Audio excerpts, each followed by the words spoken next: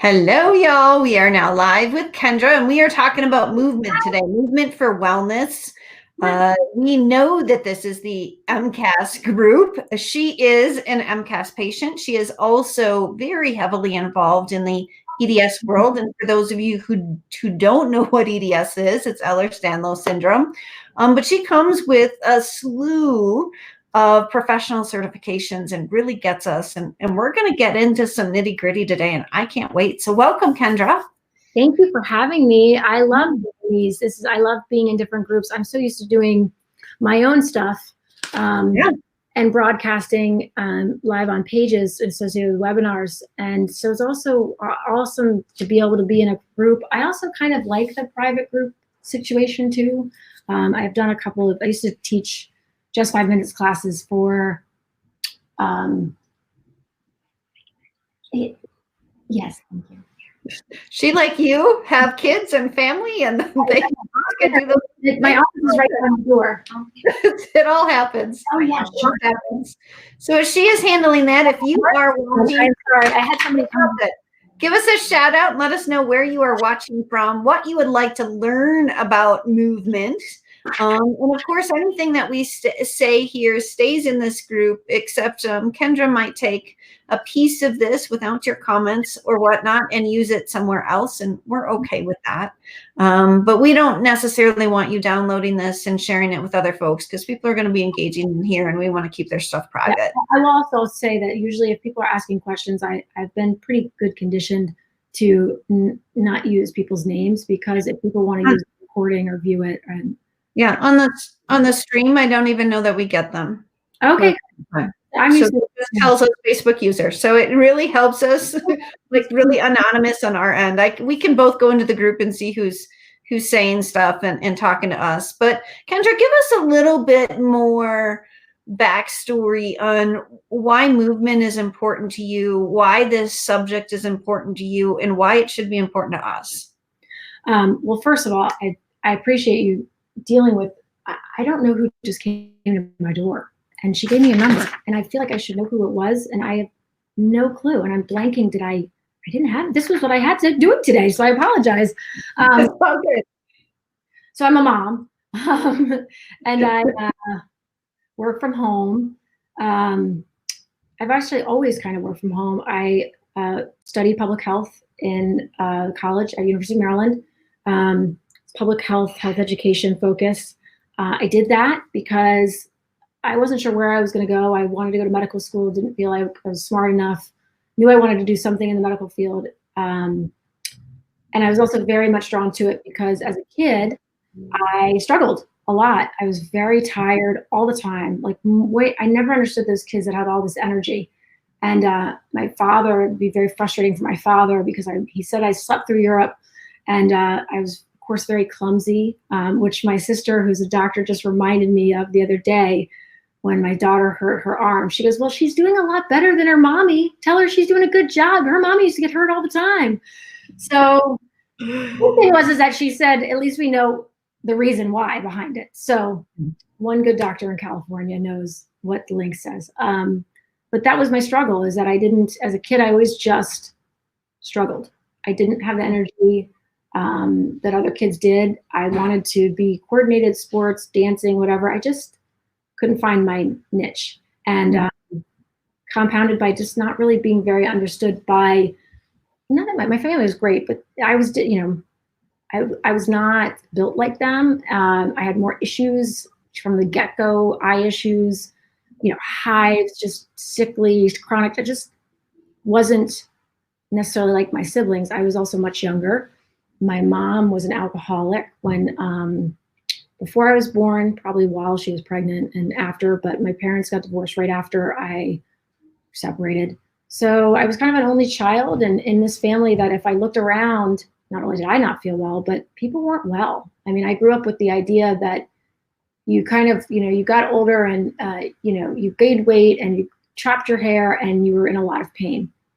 And while my father wasn't like that, a lot of his idiosyncrasies that I now appreciate have solely helped him, and actually why he's doing so much better than his brothers in terms of, like, he's never had surgery, he has atrial fibrillation, has a lot of chronic fatigue, but he's coped. And all those things I used to get annoyed with were the reasons why he's doing so well. However, on the other side of my family, everybody was really sick all the time. Very, very much now that I look back, like a lot of autoimmune, a lot of chronic pain, a lot of weird things. And I remember just being like, I'm not going to accept that that's just what's going to happen. And I remember just wanting to fight like mad against it. And I didn't know what it was, but I also didn't really feel well. And my grandmother, my mom's mom, lived with me after my parents got divorced, and we called her Grandma with the Pills. And looking back, my Gram, God bless her, she died on my wedding day, but none of what she suffered is in vain, because it's everything why I do what I do. She struggled with misdiagnosis, all these things, never being understood, people ridiculing her for taking medication and too much and smoking when she shouldn't. But you know what? She was very hypermobile, horrible scoliosis. She used to say, "You're built just like me." And but you do that exercise thing. And I wanted to be like, well, I don't know how else to deal. Like it made me have more energy as a kid. So I started doing Buns of Steel videos in my living room as a kid. Nice. Are you still doing those? Buns of Steel is a good workout. So is the Firm. But when you can't really play sports and you see double and you're legally blind and like you're totally uncoordinated, like I remember dancing in my living room all the time and putting on the Ritz. And I love dance and movement. And I would make a Scotch tape balance beam because I love gymnastics, but I was told I was too tall for it, but I still liked it.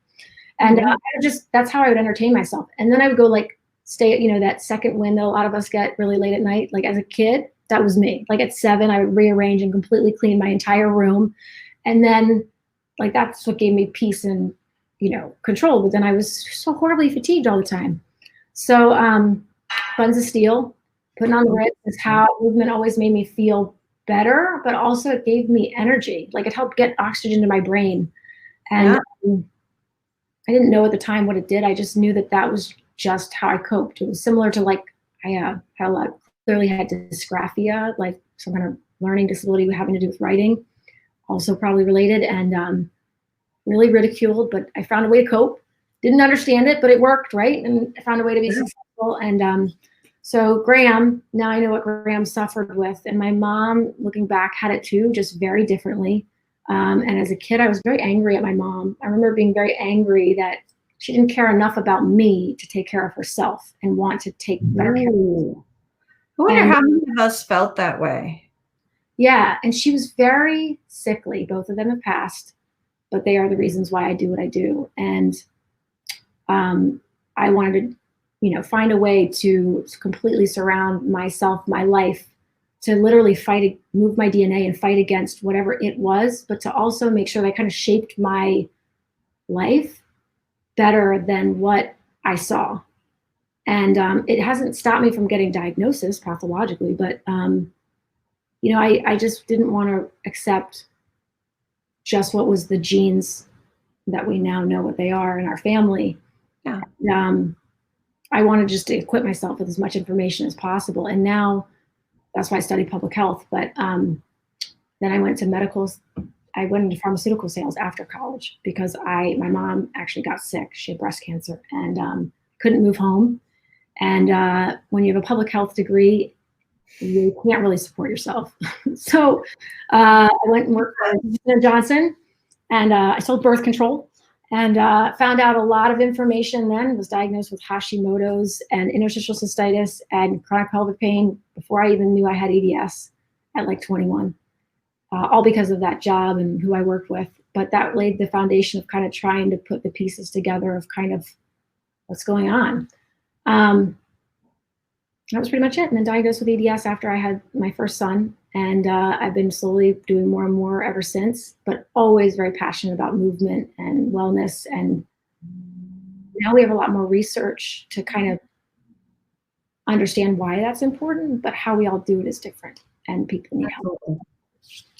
Absolutely. How we all do it is different. We're just saying hi. I'm just getting some chatter going a little bit and appreciating those that are watching. We've got a handful of people that are watching and hopefully more will tune in. I know they'll watch on replay. We'll do some probably watch parties with this and get people to tune in a little bit, because this was kind of last minute. So I'm sure some people aren't taking the time out of their day to tune in, but this is so important. And I'll be upfront and honest that movement sometimes is a struggle for me. And I think it's a struggle for most of us in the MCAS world. When we really don't feel good, we don't want to get out of bed. No, and it's hard, and you're afraid that it's going to make you feel worse, and you're afraid you're going to react, and you're going to afraid that, you know, the simplest thing could cause bruising, pain, you know, some kind of reaction because you touch something. It's not easy. And I don't think that there's one protocol or one way that is right for everybody. I don't like blanket statements. That's my dogs working at the turkey vultures. I don't know if they get so bothered by them, but they really don't like them, and they see them like way far away. Anyway, and the kids were yelling at them to shush. But I think one of the most impactful things about all of it, and I know many people are probably familiar with Yasmina before she passed away, but she and I became friends kind of fast and furious, like kind of around the time that she got sick. I knew that she was sick. She was supposed to speak at Wellapalooza, but she and I were simpatico on the way we viewed things, life, and, you know, mission, vision, you know, a lot of things, and also had a lot of similarities. But, you know, something that she always was very big proponent of, and also is, you know, obviously talked about a lot more now, also is a fundamental focus for like Adam, the fibro guy, when he works with people in the UK for hypermobility and fibromyalgia and MCAS, is that we can will all we want, we can move, we can be scared, but if we don't handle the mind-body connection and the kind of like,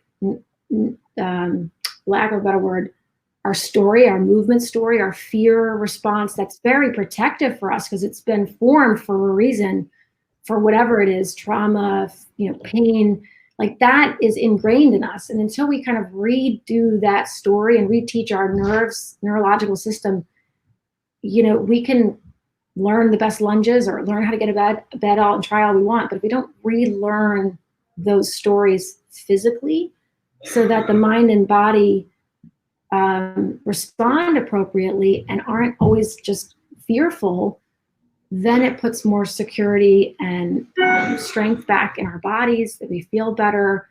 We actually respond better because our bodies aren't so reactive and try to protect us, because it's just trying to protect us. But also, like, we need to relearn patterns and that we're safe. And that's so important on a cellular level. And it comes down to just like, you know, sitting on the floor. Some people, you know how many times I've heard people say, well, I never got on the floor, I'll never get back up. And if simply that's all you ever say, well, then that will never happen. But sometimes we just need to relearn not only how to do it, but the story we're teaching ourselves, because then that also empowers our body to feel stronger, to know and how to figure out how to do it that's best for us, if that makes sense. It does to me. You know, one of the things you're talking about is this movement story. I don't think I've ever heard anybody put it in that frame for us. And I just want the people listening to think about really, what is their movement story? Is it fear? Is it safety? Is it protection? Like, what is that she's reading the comments? Yeah, I saw that the Yorkie. I'm like, the dogs are fucking loud, and they're like 2 rooms away. We're Yorkie fans now. It's all good.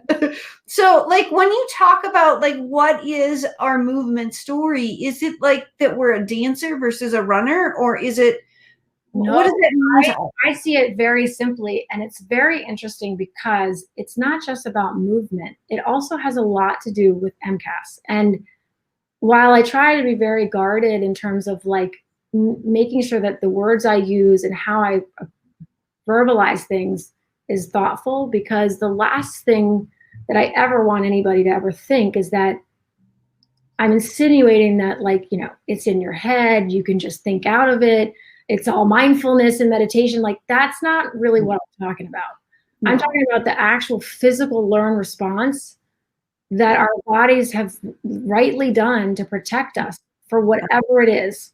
And I've been listening to a lot of podcasts because launching my own, but also trying to get together Dr. Afrin's list and put it on the website. And just trying to see, like, how do people sound? What's really good? What are the doctors saying? What's, just to, learn. And also launching my own, and I have my own focus, but I also have a lot of already recorded content, but everybody's doing podcasts now, and you got to learn how to do it. But I was listening to one by Dr. Rusco, and it was on MCAS, and it was with a provider that I don't know. I hadn't really heard. Maybe I have, but I just have to listen. But it was very interesting on so many levels because they talked exactly about this. And I was like, oh my gosh, this is awesome. Like, they're talking exactly about this movement story, but essentially the MCAS story that we rightly have learned, our bodies have learned to tell ourselves in response to food and all these different things, but that they talked about how, in their own words, calming down that system and those stories, whatever it is, and it could be a variety of them, is so critical to kind of like getting better, but also initiating how to do it. And they also talked about tapping. Has anybody ever heard about tapping? Yeah, I have, where you tap like different. Yeah. So not that it was totally related to changing the story, but it was interesting that they brought it up because I talk about it often when I talk about my kids and what we used when my son Seamus was really little, and he had really strong sensory issues, and tapping was like voodoo. And it was just the most amazing thing. And you can't make this stuff up when he's a little guy and he's screaming, and all of a sudden you do this thing and like it just works like nothing else. So I share it because it's a really easy tool. He associates it now with helping calm his system down, just with kid stuff. But they also brought it up for MCAS, not again in per se to like how to relearn this story that we're talking about, but just talked about how it's been helpful for patients, and that this doctor, I'm totally blanking on her name, I guess teaches it to her patients, which I thought was awesome. Because it's something that we can learn to do for ourselves. It might feel funny and feel kind of silly, and maybe we don't really even understand how it works, but to help ourselves, I think is great. I think so too. And what I'm really hearing you say is, the story we're living today doesn't mean it's the story we need to live tomorrow. And everything that I know about movement, if there is a pattern that can be changed in our system, movement is one tool that we can do to interrupt that pattern and push it on a course to another. Well, and so movement biologically, biomechanically is a human need. Like, we were made to move. We were made to walk all day long, and our biochemical and biomechanical processes need movement in order to trigger certain things to function optimally. And we don't do anything like we're supposed to. I'm not even at this community, but just like our society doesn't breed human activity in the way that we really were made to be living, right? So there's a lot of things that are kind of going against us, and I don't think we fully understand movement outside of exercise. We don't. Movement was really a biological principle function for human, like our lives. It's how we got food. It's how we'd interact with the sun, grounding, like all this stuff. We were made to interact with the nature. We were made to move. And when we're not doing that stuff, it of course takes a toll on us, but we just don't. We're in our society that's kind of taken ourselves outside of this. But when you start learning and understanding kind of just more of like the broader picture, I think it makes a lot of sense in terms of like stuff we deal with MCAS, or maybe how to help it, or why certain things might help. But movement's so much more than exercise, like when I talk about it. And it really is more of a functional thing. Like if, not as like good for your mind and body and stress, but like how you moved up the stairs, if you can go up the stairs, or how you stand and brush your teeth. Like, do you calf stretch? What shoes are you wearing? All those things on a daily basis over time contribute to so much more than we even realize. And then that just even contributes more to mast cell issues and reactivity and sensitivities. Well, let's take it a step further. Movement can also be sitting in a car and moving with the forces of velocity and moving, we might be sitting still, but as the car moves, our body's moving. Even if we're not lifting our arms, the cells are moving around, the vibrations are moving us. As you are talking, there's a lot of studies that say getting into a swing or being in a hammock and that movement with even though you're laying in the hammock, your body is still moving and the cells in your body are still assessing that movement. Think about it, just back to what we were talking about, what humans needed. We used to hang from trees, and that's what our entertainment was, and that's what kids do. We're not hanging anymore. You know how much shoulder dysfunction is related to the fact that we're not using the muscles that way? So exercise, all these things I still love to do, they're great, but they don't necessarily transfer to functional movement that we need to deal with, cleaning our house or going up the stairs comfortably and not injuring ourselves. I clean the house and I get this horrible back pain and what's going on? Pilates is not going to solve me from that. I have to learn, those movements are helpful and they strengthen, but the muscles that I'm using during those specific exercises aren't the same that I'm using in the same movement pattern that I use when I'm cleaning my house or folding my laundry or sitting here in front of you guys. I don't have a desk, I sit on the floor. It doesn't transfer equivalently. It's a way to use the muscles differently. And that's also important to understand. If we want to function and be self-efficacious and just get through our lives easier, we also have to transfer things that we're doing movement-wise to help facilitate that. Right. And so when I'm listening to you, movement doesn't necessarily mean get up and go to Pilates and be sweaty. We can't do that, or we can't afford it, or we're too tired. So necessarily fold the laundry and get through it and not be so exhausted, right? Right. So last week when I was in my anaphylactic response, what I wanted to do was change the movement of my muscles, change my breathing, change my function of what my chest and my breathing is doing to see if I can calm that down. It's not like I was up exercising.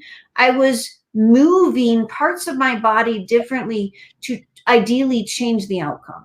Well, that was the best thing that you could do, because to take a caveat even further, our bodies, our muscles everywhere, even our lung rib cage was meant to expand different ways. If you actually just focus on your breathing for just a hot second, we're so used to just shallow breathing. We're always in this state of fight or flight. Whatever's going on, we've got other triggers.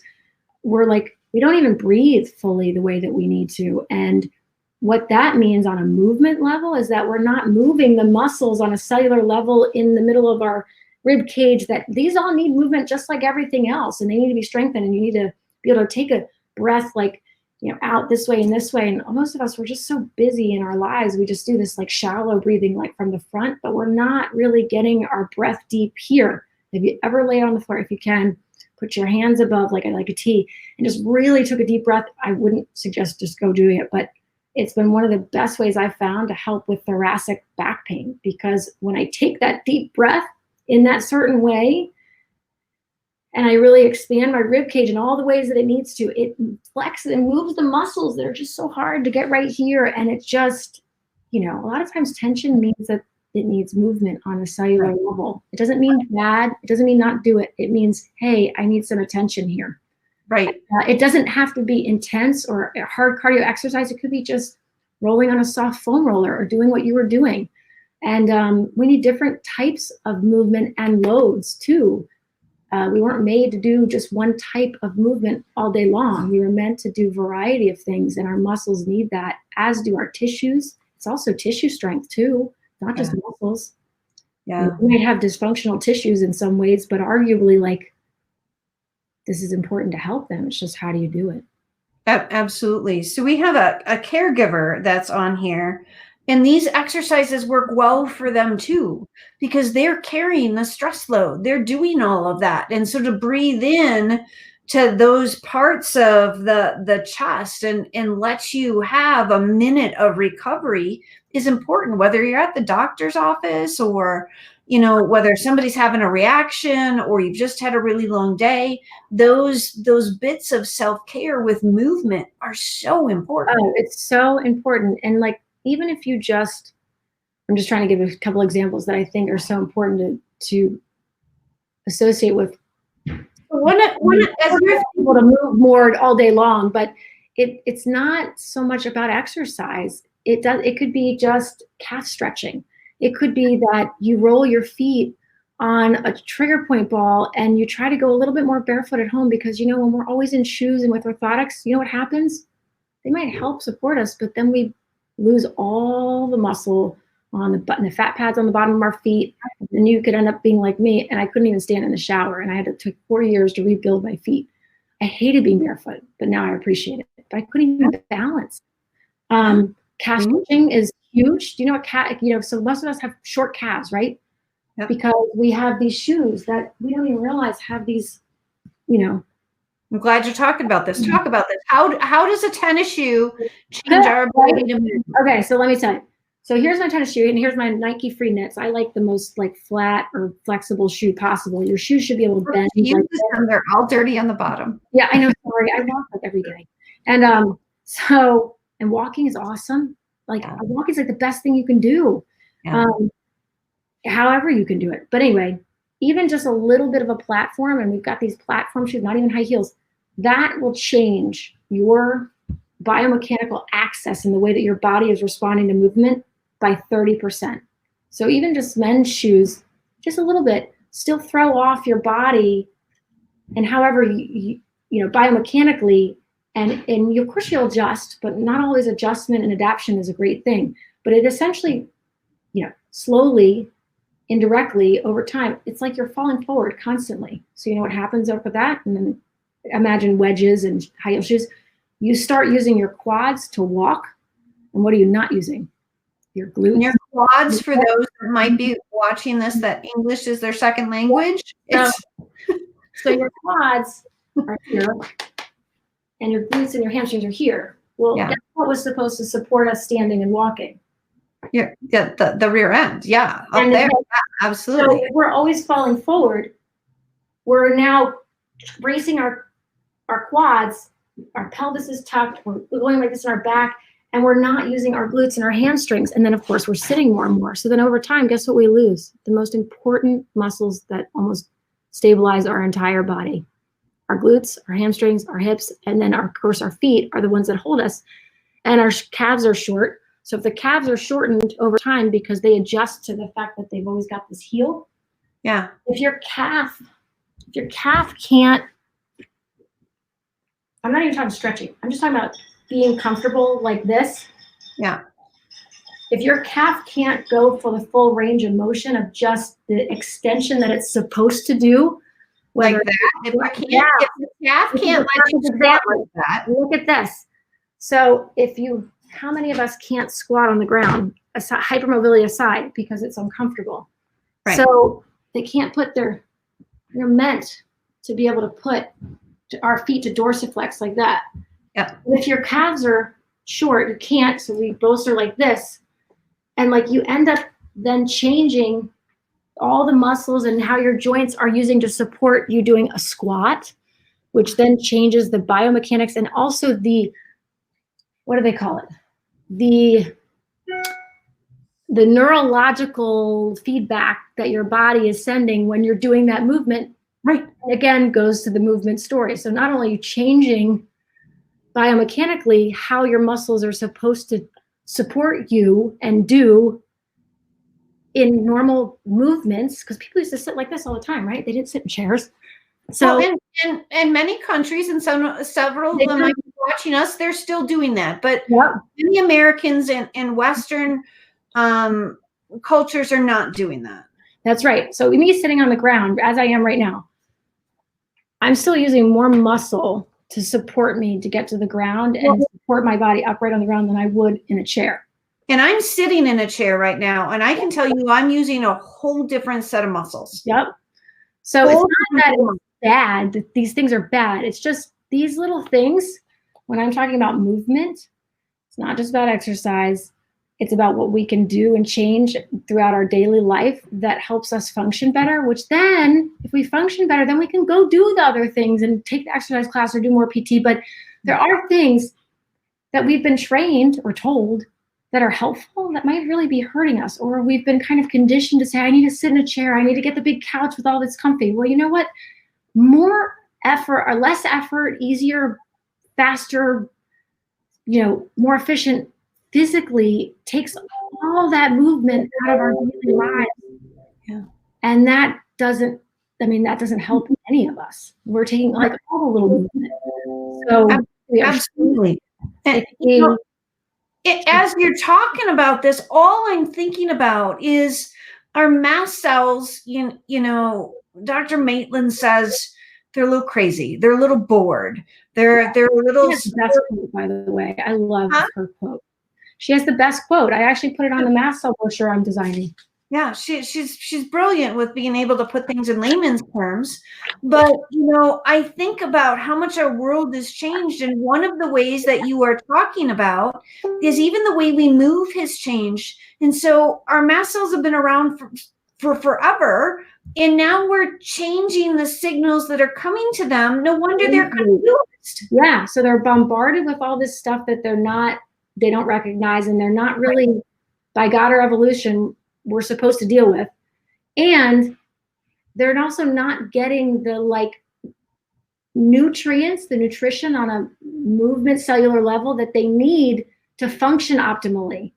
And it's like, here's the craziest, the way that I could describe it that I know mast cell people would understand or even grapple with. So what do you think about histamine? It's associated with mast cell activation. It's bad. It's allergy, whatever. Do you know that there's actual research that talks about histamine being used and necessary for natural human movement, not for allergy, not for what we're used to in terms of mast cell processes, and it's necessary for human movement functionally. Has nothing to do with allergy. It has everything to do with and I don't even really fully understand it, but there's other reasons for things and even biology and processes and cells and chemicals that they release that we don't fully understand yet, that we don't think we fully understand the full biological purpose of them. And it's not always bad. And some of these bad things might actually be made to be pretty good. We're just not using them optimally. So then they go crazy. We're not using them optimally. Our mast cells partly were built to keep us from typhoid and some of those illnesses that we now protect ourselves against, or we have eradicated from Earth. We're not using some of our cells the way they were built. But when it comes to movement, we just think about how our lifestyles have changed in the last 10 years, 15 years, 20 years. And these cells have been around for eons. We have to think about these little things. And when people there was an article that just talked about how it's not crazy. It's more like that our skulls are actually changing. This, when they look at the skulls of kids that have passed away now versus not too long ago, the shape of our skulls is changing. Here's the craziest thing. And this actually kind of really scares me because a lot of people have sleep apnea, right? So when you have sleep apnea, it's a problem, and it's there's a lot of issues. But functionally, movement-wise, on a cellular level, when there's sleep apnea, we're literally not breathing on a cellular level the way we're supposed to, and that changes the musculoskeletal structure of our face because we're not giving it the movement nutrients that it needs. So our nostrils are smaller, our noses are flatter, our chins are going back. So that's relating to all this TMJ. We've got the sleep apnea, and when it's smaller, we're not breathing as much, so it doesn't need to expand. And arguably, some people say that your body will shape to what you do, and I think it does it in so many ways that we don't even understand, and that includes our skeletal structure of our face, you know. I mean, over time, I mean, people are going to adapt. It doesn't necessarily mean it's a better adaptation, right? So we're literally taking the movement nutrients on a cellular level out of our lives for the idea of faster, better, more efficient, safer, maybe. And we are naive to think that there's not a biological reason over time that is needed for us to function optimally, and how that's not related to many of the things that we are related. Now, what do we do about it? I find it's really overwhelming, because it's just sometimes like, oh my gosh, we're like killing ourselves. But in many respects we are, because we're not moving our bodies in a natural way. Yeah. Well, it's also not even eating more natural foods, and we're not, you know, living in more natural environment. We're inside all the time. Our bodies weren't made to be inside all the time. So then when we go outside, guess what? Our autonomic nervous system can't function to temperature change. And then it becomes a dysfunction, right? And then like we just don't do it anymore because we can't, and it's uncomfortable. Not saying that people should, but like you also have to kind of think about the things that do impact that. You know, I love to walk, and I used to walk my dogs, or I used to walk my kids to school, and I remember noticing that when I would go to vacation in Florida and it was really cold here, like my feet would swell, and like it would take 2 or 3 days for them to go down. And then conversely, if we came back to the cold, like I don't adapt to the cold very well anymore. I hate the cold. My body doesn't like it. But again, that's my story, right? Yeah. And I'd sold it. I decided that cold, I couldn't do cold. It just was uncomfortable, and I just couldn't do it. So I was doing it less and less. I wasn't even bundling myself up and going at all. I was like literally avoiding it at all costs. And then I realized like how much that was actually impacting my tolerance of temperature change and making things even worse.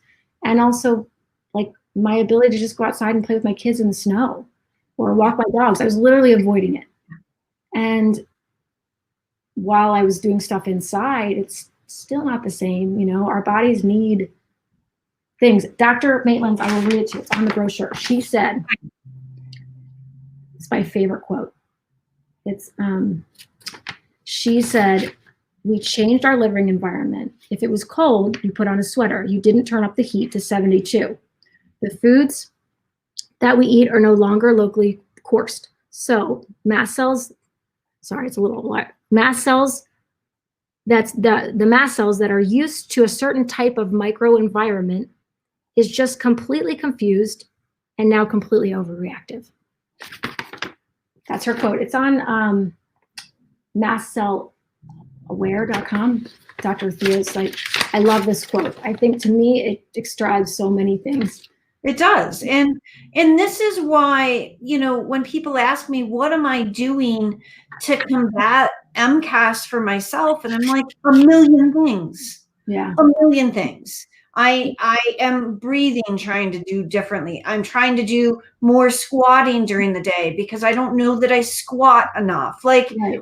It doesn't mean just go do a bunch of it all barefoot and like, because your tissues wouldn't be able to handle that load and that pressure and trigger if you have not done that. So I just want to make sure we're saying like people understand. I'm not saying all of a sudden like everybody just goes does a lot of things, because your body wouldn't be able to handle it. No. It won't. It will freak out because it's confused, because now you're doing too much. Right. And it hasn't been conditioned to be able to handle it at all. No. And so, you know, even in the house, we're doing things cellular wise in terms of movement. For a long time, I was so cold before I went to bed. I would like pile all of these clothes on me and then the blankets on me. And now I'm not piling the clothes on me. And I'm allowing more cellular movement in the blankets to, provide that warmth for me. Are you not getting as cold? I'm not getting as cold. I'm not getting as cold because I think I've done. I've done enough in your house. Huh? This is a frustration for me, so I'm asking personally because let's talk about it. Hot and I can't take it.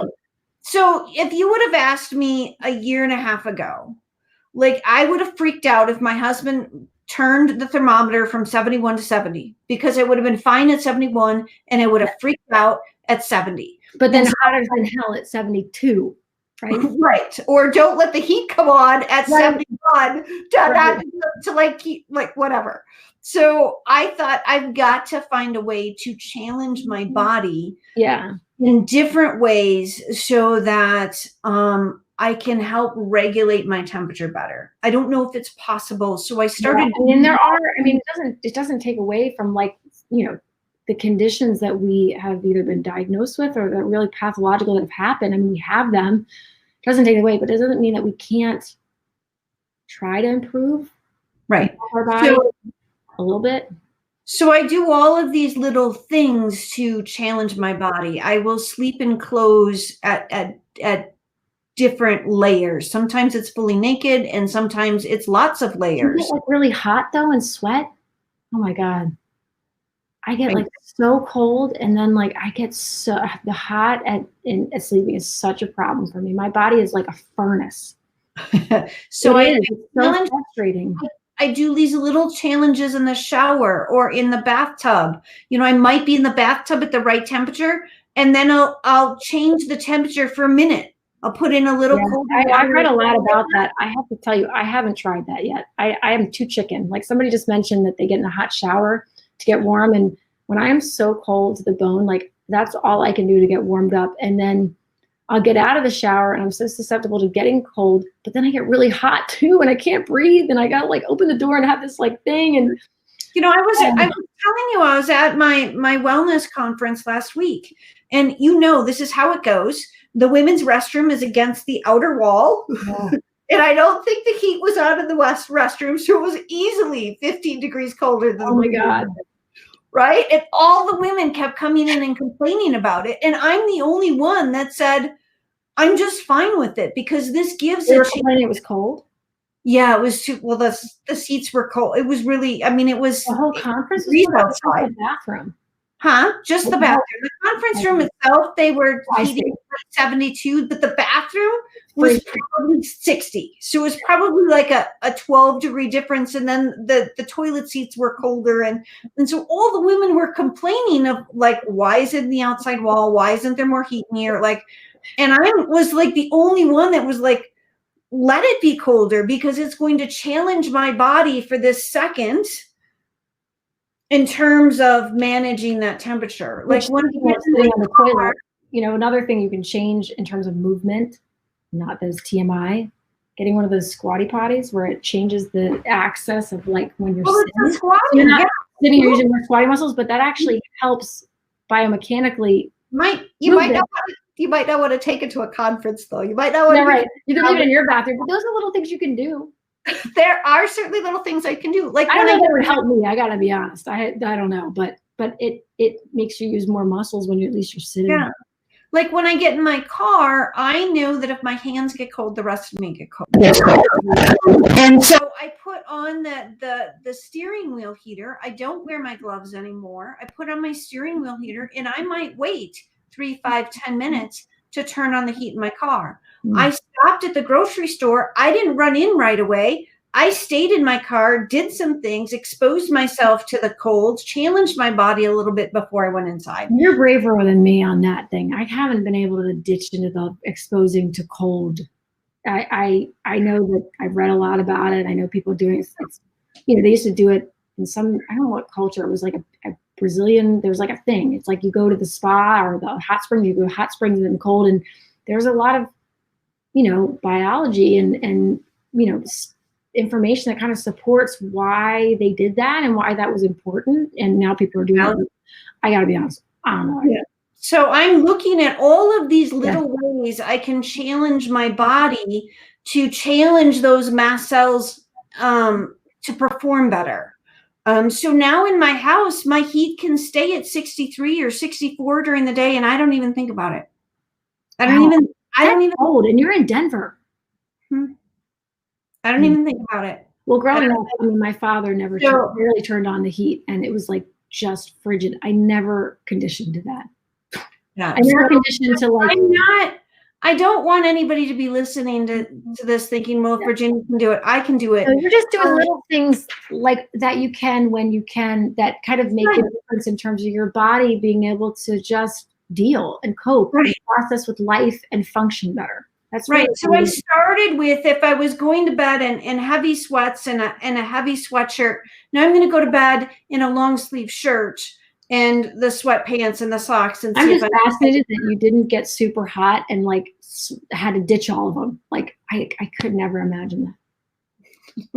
It's so hot. Like literally, if you touch me, it's like I'm like I have a fever. Like it's so hot. So I probably do. So people are saying, warm before she gets in. Yeah. See, like we weren't meant to do that. Like, so how is there a way that maybe if the car has to be warm, maybe it doesn't have to be warm to 72 before you get in. Maybe it has to be warm to 70. Turn the seat heater all the way up. Right? So challenge yourself in these little ways so that maybe you can get back to that normal. And these ideas all came from Dr. Afrin. Yeah, they are. I mean, it's true. And that goes even like the mind-body connection on just like, it's like I said, not necessarily meditation, but like helping to relearn, retrain, movement, food, stories, whatever it is, little by little, incrementally by incrementally, that all impacts the our nervous system, which is what is the driving kind of connector to our mind and body, which is what is telling our muscles to like freak out. Right. So that's what they've learned. They want to protect us, and rightfully so. But a lot of this, I think that's why I like mind body stuff so much, because I think it's fascinating, but also it immediately impacts the system that is directly causing the most conflict in many ways. I absolutely agree with you. And whether that's movement of the arms or movement of the gut. Or you gut. lay down on the floor for 15 minutes. I mean, whatever it is, like just that kind of, any kind of whatever that just gives input, mind, body. It also helps proprioception wise, just any kind of way to just connect. It could be cleaning. It could be, I don't know, playing on your phone with some mindless thing. I'm not that I would say that, but I'm just saying like it doesn't have to be a certain category in a certain box and a certain amount of time and a certain level of intensity. I mean, it could just be like little things. Like I said, how are you standing when you're brushing your teeth at the sink? Are you hunching your back like this and tucking, or are you actually like engaging? It's so simple. I'll show you. It's like, are you looking at your phone like this? I'll show you. I'm going to show it to you because it was something that I noticed about myself when I talk about this all the time. And it's just being mindful of little things. Hold on. Okay. We're going to wait. Remote starter. I see you. I usually have my half dome calf stretcher thing, but calf stretching, stretching your calves. I can't see. We can't see your feet. Stretching your calves is really important. I have this little half dome thing. But even if like you're, just going a little bit more, if you can tolerate it barefoot a little bit at home to kind of get the muscles on the bottom of your feet, have the input. They all need input and love too. It doesn't have to be exercise input.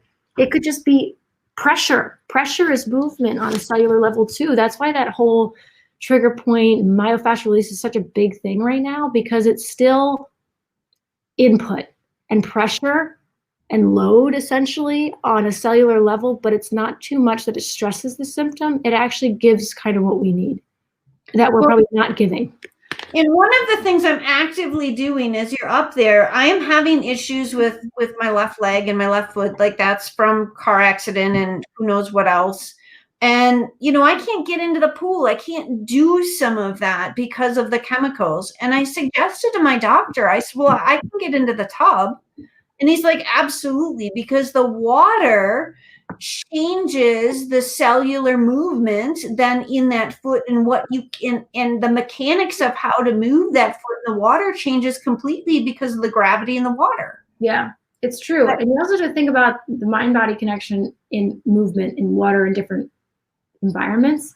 That's why walking outside or walking when we physically are walking is so different than walking on a treadmill. It literally is completely opposite to our body, because when we're outside, we're propelling ourselves forward and we're using certain muscles, and we usually actually use the opposite ones when we're on the treadmill. But in our head, when we are walking forward or running, we are propelling ourselves forward and our head is going with our body, right? But when we're on a treadmill, like our lower body is, is moving, and our arms may be moving, but it's like this other way. We're not really propelling ourselves forward. So basically our head is essentially staying stationary while the rest of our body is moving. And that's why if you get off of it, you feel kind of like dizzy. You do that, like you feel kind of like you can't really. That's why, because we're not, the mind-body connection is lacking. Even though we're moving and we're exercising, but we're not doing it in the way that like essentially we were intended to. And so it's confusing. Yeah.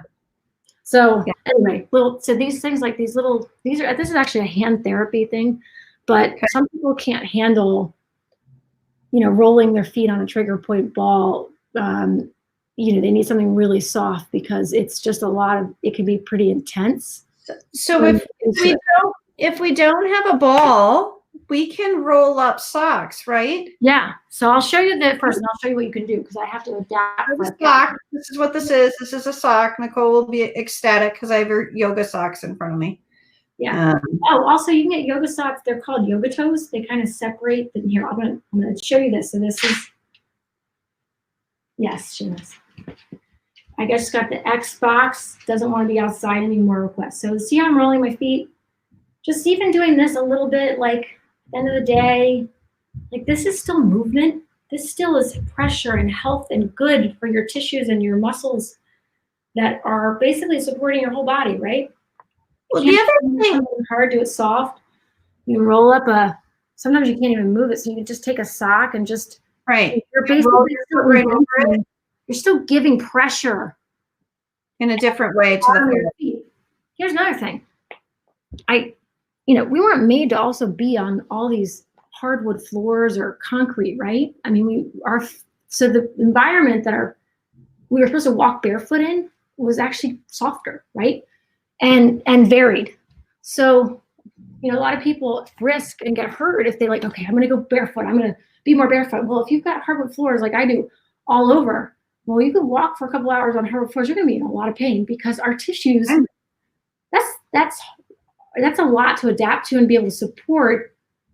When we think we're doing something helpful, you got to recognize the context that it's in and that it's not necessarily the exact type of environment that our feet were meant to be barefoot in.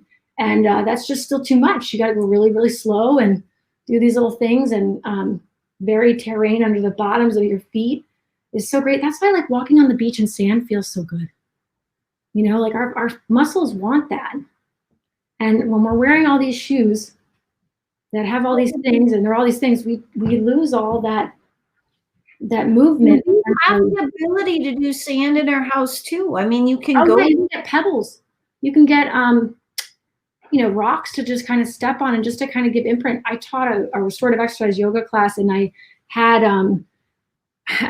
them. We did like picking up rocks with our toes just to get, to just massage your toes. So your toes, look. So even that we just rolled the feet. Just take your toes and just kind of like move them, spread them. There's actually things called yoga toes, but like do that with your fingers. Our toes are supposed to be as dexterous as our hands. Like we're supposed to do with your fingers and hands too. Yeah. Oh, there's great hand stretches you can do too. Like even just stretching your hand a little bit, like just like feels so good. Just a little bit. I'm not saying super hyper extended, but just even this kind of movement is so great. Like just a little bit, I try to be, I'm very hypermobile, so I try not to push it, but like just even giving in stretch here, it just feels so good, especially when you're on the computer. Or not. I mean, it feels good because it's a different pattern. Well, hands are like this all day long. They want different patterns. That's right. It's just a change of the pattern. And what I see is we're changing the communication to our mast cells. Where, all of those stretches are, I believe, you're going to correct me if I'm wrong, a reaffirmation to our system that everything's okay. That you're absolutely right. And it seems so silly and so simple and is not as like impactful as like going to PT or exercise, but you know what? It actually is. Over time is exactly what we need. And I need to do more of it. I used to be super, hardcore. I love my workouts and, the Brian Kest yoga it was like power yoga was what I did on my wedding day for my light day. And now, like, I have such a newfound appreciation for just a varied, I love varied exercise, but also varied movement. And, my 1 hour of exercise isn't all the movement that my body needs. I need different types all day long. I need to move. I need to use other muscles, but I need that sensory input that helps calm the nervous system down. Because sometimes, even if you can handle exercise, it can be kind of, jolting. Like I said, I used to do it to get oxygen into my brain. So that was what I was mentioning. Actually, I mentioned Yasmina before she passed away. But that was, besides the muscle connection, for those who don't know who she is. Yeah, Yasmina, she ran Healing Histamine, a blog, very popular blog on MCAS. She's wonderful. Yeah, beautiful person, did so much. And she unfortunately got very serious metastatic breast cancer. And I mean, she did everything. She did. But she was very intent and deliberate about the type of movement she did, and that she was moving every day, walking, but varying the intensity to watch the stress on the system, to give her system different. We argue. I remember arguing about this. I'm like, no, it's not walking is not enough. This was just like, we were just bantering. And she's like, no, what you're doing is you're stressing your system by always working out intently. And she was right. But I was arguing it from a different way. But she was saying you need the other input. You need that movement or whatever it is that's calming just as much. That 1 hour of whatever it is not all the types of movement our bodies were made to need and needed. Like I said, just using a little trigger point ball or laying on, the floor in a supported position where you can completely relax and you're comfortable and not in pain is great input. And look, laying on the floor is actually, you use more muscles to lay on the floor and is more supportive of your body than some soft bed. Yeah. So soft bed actually ends up not really supporting you in the way that we think. It actually causes more deformation of alignment of our joint. I have so much more back pain on my Tempur-Pedic bed than I do on the floor, and it also makes me really hot. Yeah.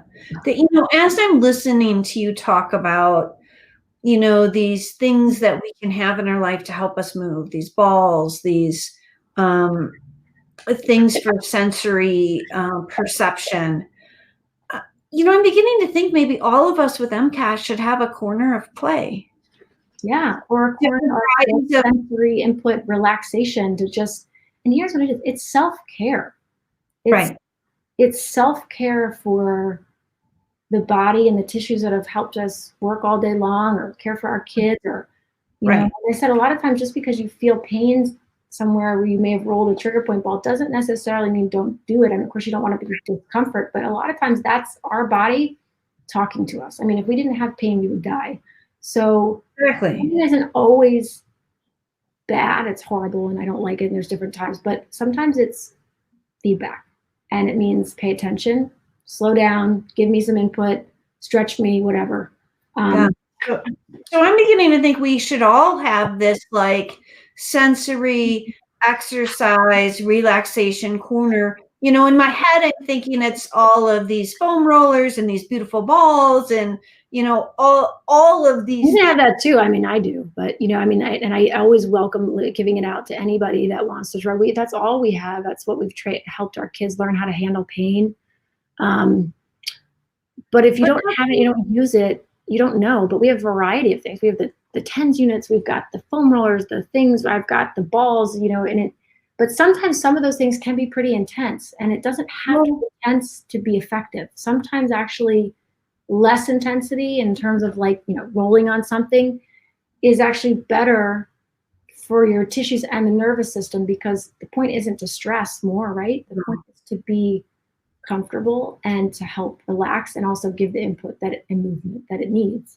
Right. And I don't want anybody thinking here because they live in a rural part of the world or they don't have the money that they can't develop their own play corner. like what we've talked about, is you can take some really inexpensive things and develop this sensory corner and develop ways to move over things differently that don't necessarily have to be these expensive foam rollers. Like, yeah, I mean, it really, you can use, you don't need, there's so many things, like just learning how to be comfortable laying on the floor and supporting yourself with, you know, maybe a pillow under your knees, or supporting what they call hyperkyphosis, so that your, you know, your rib, you know, it's a whole alignment thing, but like there's so many things that we have in our house that we don't even realize. Like you said, rolling up socks, there's, you know, kitchen utensils, pots you know, and pans and the wall, you don't need the half foam roller. Like I said, these little things, like just calf stretching,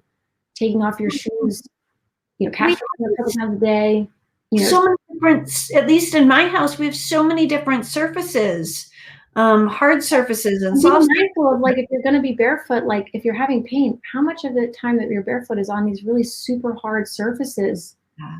And you know, that's hard on the tissues. I mean, it's just a lot of load, and it's pain, and it doesn't, you know, it's we need time to adapt. We can't just go, you know, barefoot or all of a sudden exercise. That's why when all of a sudden they want to go exercise and they haven't for a while, and they go to a class, they end up, you know, causing more injury, more pain. I mean, we want our bodies to adapt quickly, but, you know, it's not just muscular strength, it's also tissue strength. Even if they have issues, even if your tissues have issues, you can still care for them to help them adapt. They were made and they can adapt, even mutated, in a way that's, you know, given time. And a lot of times it takes time, a lot longer than we want. And of course, we're faster, better, easier society. So if something isn't like that, you know, it doesn't work, right? But a lot of times, like I said, I've been working on my feet for 4 years. And to tolerate barefoot, to be comfortable, to like walk longer periods of time. I lost all of my strength. I could barely stand in the shower. I was wearing like shoes to like do yoga and like, you know, bar exercises. And I just didn't realize what I was doing. But getting that back and helping your body adapt, especially when it's really been deconditioned or you're very reactive, takes time. It does, and it takes intention and doing what you can, and the little things like we just talked about, like, you know, things that don't feel like they might be enough or as constituted as exercise, is important, and it does add up. And it is movement, and it is helping wellness, and it does help calm down the system and maybe even tolerate more food, or at least make life just coping. Yeah. So let's talk about maybe I was going to say this calf stretch though. So she's going to show us the calf stretch, but I'm going to ask her to talk a little bit more about more assertive movement, or more movement of the body. Like, are you talking about exercise, typical exercise? Yeah, like typical exercise, like, you know, how do we move that threshold forward for us if we're not there? Like, what are some of the tips you can give us as you're doing a calf stretch? Right. What is that you're using, by the way?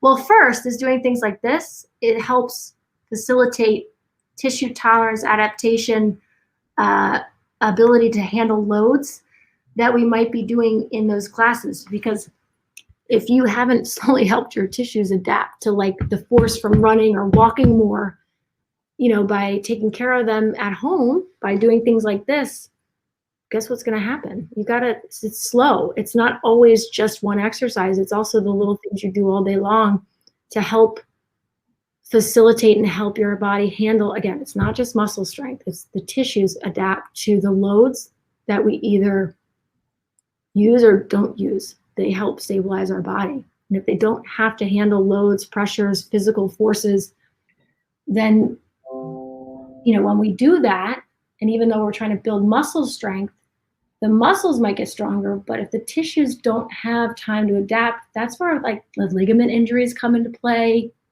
like ACL tears, things like that. Like that's a biomechanical kind of like force thing. And it's, you know, our muscles can be strong, but we need to give our tissues time to adapt. And a lot of times the injuries happen when the loads and the forces that we're asking them to do aren't within what they can handle and have been adapted to, right? Yeah, So I'm going to come off the screen while you do that, and I'll pop back on when you're done so people can see this whole.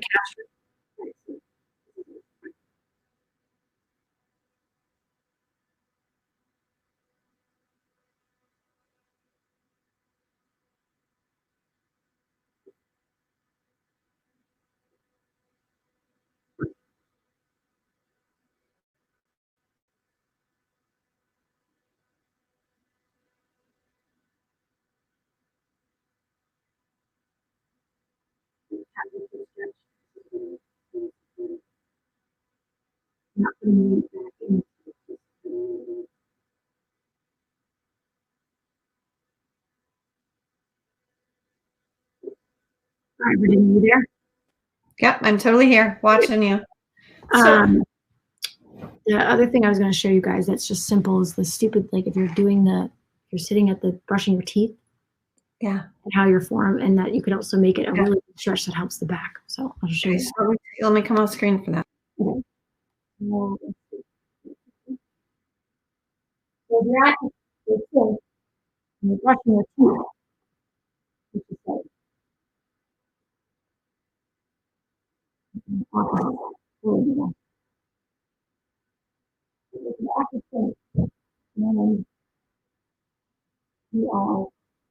So you sound muffled to me when you're way back there. I'm trying. I'll speak louder. I'm just in the middle of like something. Okay. Can you hear me? Can you hear me? I'm hearing you. When I'm off camera, you can't hear me, so we can hear you. Okay, you can? Okay, so here, I'm standing here. Let's just pretend this is my sink. I was finding that I was like doing this. And I was also like leaning, like not this low, but I was like just like my back was like I was pulling on my back. I wasn't using my glutes. I was like leaning on the sink. And what does that do? That causes a lot of back pain. So just being mindful of like, okay, how am I sitting? Maybe not leaning on the sink unless I have to, but instead of being like this, just trying to be more of a neutral back. It might feel like it was sway back, but just that positioning shifts the muscles that you're using in your leg. And if you just shift your weight back a little bit more over your heels, or engage your glutes a little bit, now you're using your hamstrings and your glutes. And you're also not pulling from your back to help support your weight when it really should just be there. One of the things that I have started to do is squat a little bit, like bend the knees. Yeah, I don't know how everybody brushes their teeth. That was just something I noticed. Yeah, I mean, because if you're bending your knees, then you have to engage that lower back a little bit different. Yes, exactly. And if we're taught hypermobility wise, always microbend. I taught myself not to hyperextend. But what that also did is that you're right. That bend kind of automatically caused this. And I've been working on just being comfortable and standing. I'll show you in this. This is kind of crazy because I was so uncomfortable with it. Just standing. Like so, not hyperextended, right? Yeah. Yeah. With a straight leg, not a bent leg, straight leg. And I don't know if you can see my kneecaps, but just like standing straight, not hyperextended, not bent, just straight, and like relaxing my quads and being able to raise my kneecaps. I was always, if I was a straight leg, I was like bracing. I was like clenching. So I don't know if you can see my kneecaps moving, but just being able to raise and lower your kneecaps and relax your quads with a straight leg is great. Because if you're always bracing, guess where that braces? It braces and it clenches like your pelvic area. It causes more pelvic floor spasms and just, just. Well, what signal is it sending to the mast cells if we're always clenched? Yes, and I was always clenched in many more ways than I ever realized. But just being aware of these little things are things that we can do every day that help change our function and input and the message that we're sending to ourselves, and whether we're safe or not or how to react also helps us function in the things that we want to do. But it also really helps when like you can't do anything and you don't know what to do and you have no money, no resources, and you're just by yourself. There are things that I would argue that are almost more important than anything else that you can do on your own, just by watching how you move and do the things that you do all day long. Absolutely. Just trying to move a little bit better. I say move more, move a little bit better. It might be 10 steps, 5 steps, practicing getting up and down from the bed, arm circles in bed, watching your position, while you're brushing your teeth, I mean, even, emptying the dishwasher or folding clothes is exhausting to me. But even just, when I'm doing that, doing a back stretch, like this is a great stretch for back pain I do. So instead of being like, oh, I'm in pain, I got to stop. So maybe you just need a little bit of I put my hands like this and move my weight back and over my heels. And I, not hyperextend, I just kind of, remember my back's not like this. I just kind of, I let my head hang. Let my neck hang. And if we can't stand, we can do that. We can do something similar kneeling, right? Absolutely. So this is what it would look like kneeling. So we come off camera so we can see. Kneeling, you need to be supported. Well, sometimes this is uncomfortable. So sometimes you can just take a pillow and put it between your thighs and your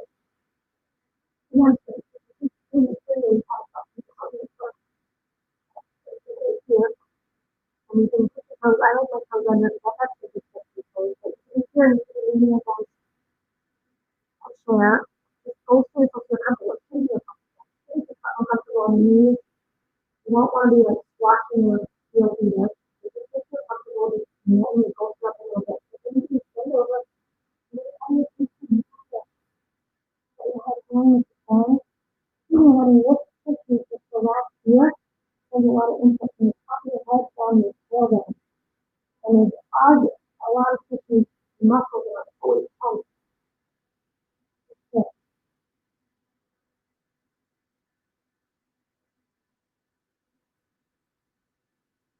That's not a way to do it supported and that you're not uncomfortable. It should never be painful and you should never push through the pain. There's always ways to support, bolster, modify.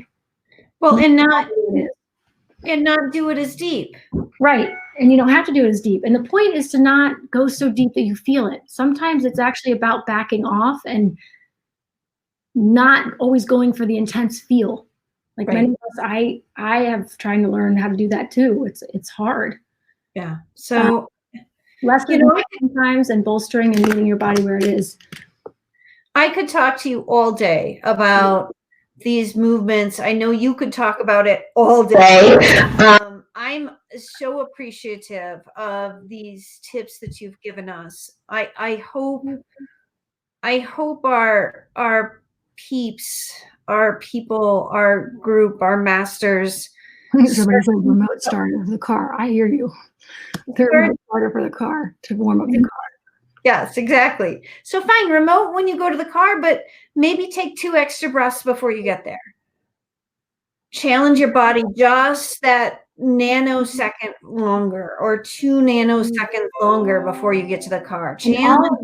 All of that does impact the transition and ability to do what you are asking. The more exercise, but sometimes we have to be really deliberate and slow and methodical in a way that we've never been. We don't want to tolerate it, unfortunately, I've had to learn that myself. It can be really quite frustrating.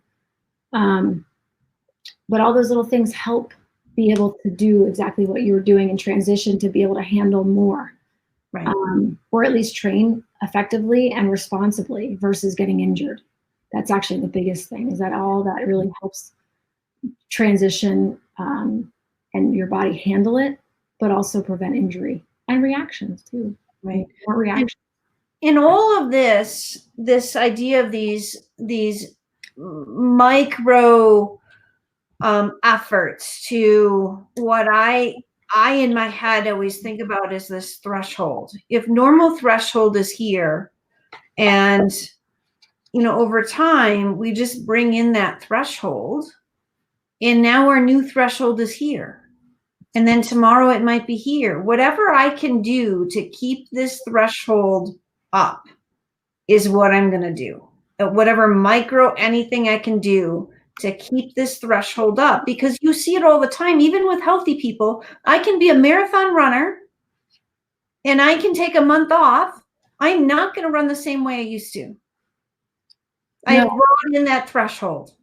Doesn't mean I can't get back there, but I got to work to get back there. speaking of which, another podcast, Dr. Bluestein just launched like Bendy Bodies just specifically to hypermobility and dance. And I loved listening to one of the women that she had on there because I love dancing and I loved hearing what they say and I love doing it appropriately and safely. But her experience, I forget her name was, over time, this is what she's learned over the years being whatever. She's some, and I'm not going to do a disservice, but she's wonderful. She's awesome to listen to. She's got a great accent. But she was talking about what she's, found with hypermobility bodies. And, we could take that to MCAS. A lot of us have that. But in terms of what she noticed in terms of just predisposition for, deconditioning faster, which I've always said is very frustrating. Like taking a week off for us is so much harder and more impactful on us physically than somebody that doesn't have these things. And, just hearing her validate that was so awesome. I knew that, and I know research says that, but like just really, I love that. So I'm happy to share those links to the 2 podcasts I mentioned. I'd love to. Yeah, they're really great. I loved hearing the way that the doctors talked about like this, movement story, if you will. They call it other things, and how it's impacted them in treating of patients. They also talked about tapping, and then also the podcast for Dr. Bluestein and talking about this physical part. And of course, they were talking about dancers and very conditioned dancers, but how they even struggled if they took off a week. They just couldn't. They always had to be doing their stuff, even at home, or else they would lose the muscles that were very critical for them to dance safely because they had to work harder being hypermobile. Right. Yeah. So I think that goes for a lot of us. And I'm happy to answer, like, people want to ask later. I'm happy to ask, that I can. If you're in the group, they can. About specific, like, means, bar, cycling, I don't know, anything. Anything. I mean, part of this is walking is great. If all you can do is walk, walking is like one of the best things that you can do. It's one of my favorite things to do. I've really had a hard time doing it the last couple of weeks, and I think I'm paying the price for it. Yeah. I really think even not moving the way I normally do with walking, I walk through the neighborhood. I don't have a gym membership because I don't want to be walking inappropriately on treadmills, and I don't want to be I want to be out with Mother Nature, walking the way we were meant to walk. Which is like the best place to like be outdoors and do anything. But sometimes there is a purpose for all that's the gym and the treadmill. Like I had to train on the treadmill for the race I was doing in the fall, and it was like killing me. But I needed just to get the endurance. And so there is a purpose, and it was a different movement and breathing. And you know what? That all matters at the end of the day. So however you got to do it and whatever you can handle is what you can do. Meet your body at the needs. And absolutely. And you get benefits at the gym, like having a trainer to help you, or being in a workout class with people. Like I like that. I love that. Who I trained with restorative exercise calls it junk exercise, but because it's like, we adapted and we started exercise basically because what we weren't doing. Right. It's kind of like a vitamin for a nutritiously poor diet. Right. So there's more that our bodies need. Yeah. And there certainly is a time and place for everything. And get you motivated, go for it. Absolutely. Absolutely. And don't discount these micro movements that you're doing. Don't discount them. They matter. Yeah. They matter. They really do. And I'm happy to answer other, I have a Peloton bike. I cycle. Cycling is like actually moving in place and you're not really moving your body. But you know what? Like they've got a great app too that has like 10-minute classes. People like stuff. They have gentle restorative yoga. They've got meditation. They've got 10 minutes functional strength. Sometimes 10 minutes is all I can do, but it's something. Yeah. And it doesn't have to be intense. And those options and having available, if you have them, is great. If you don't, there's a lot of free YouTube videos that are great. Absolutely. I'm happy to provide resources too, in terms of like self-care at home, like life hack type things. And also like, where can you find a video that you could do, for meditation or something to follow. Right. So, in 2020, we really began this group story of self-care and doing all of the million things it does to move our MCAS in a place that we can control it better. And I think movement is a part of that, and it's a part of the self-care. It's a part of the story to upping that threshold in many, many, many ways. And I want us as a group to continue to talk about movement and to bring it into our normal vocabulary, and it being okay with whether it's a micro movement or a macro movement. It's more than just exercise. It's more of just moving our body to be able to handle life and function and live well. Can I ask one question for those that are paying attention and might pay attention? There are a few, yeah. So I'm redoing we're going to redo the mast cell research website. And I'm also trying to update the MCAS content. However, Dr. Heffron, he's so great. I was like, can you just please post this? There's got to be something I need to update. We wrote it a couple of years ago. We're coming up on the 4-year anniversary of his book, celebrating his book. And we're going to do a live Q&A with both him and Dr. Dempsey on March 15th. I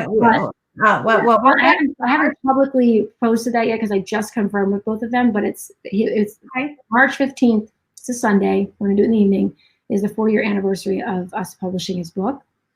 And so I wanted to celebrate that because it's awesome, and he's great, and they're great with the live Q&As, and people appreciate it. But in the meantime, she too, by the way, we need to update the MCAS content. He says there's really not much to update in terms of what is MCAS, but I find that there's stuff I want to admit, and there's stuff that I want to add that in terms of understanding more, maybe there's not a whole lot of tons more research in terms of genetic causes or something, but I feel like we do have more information that can be added. So my question would be, what would people want or feel is important on what is MCAS informational piece on a website, but also in a brochure?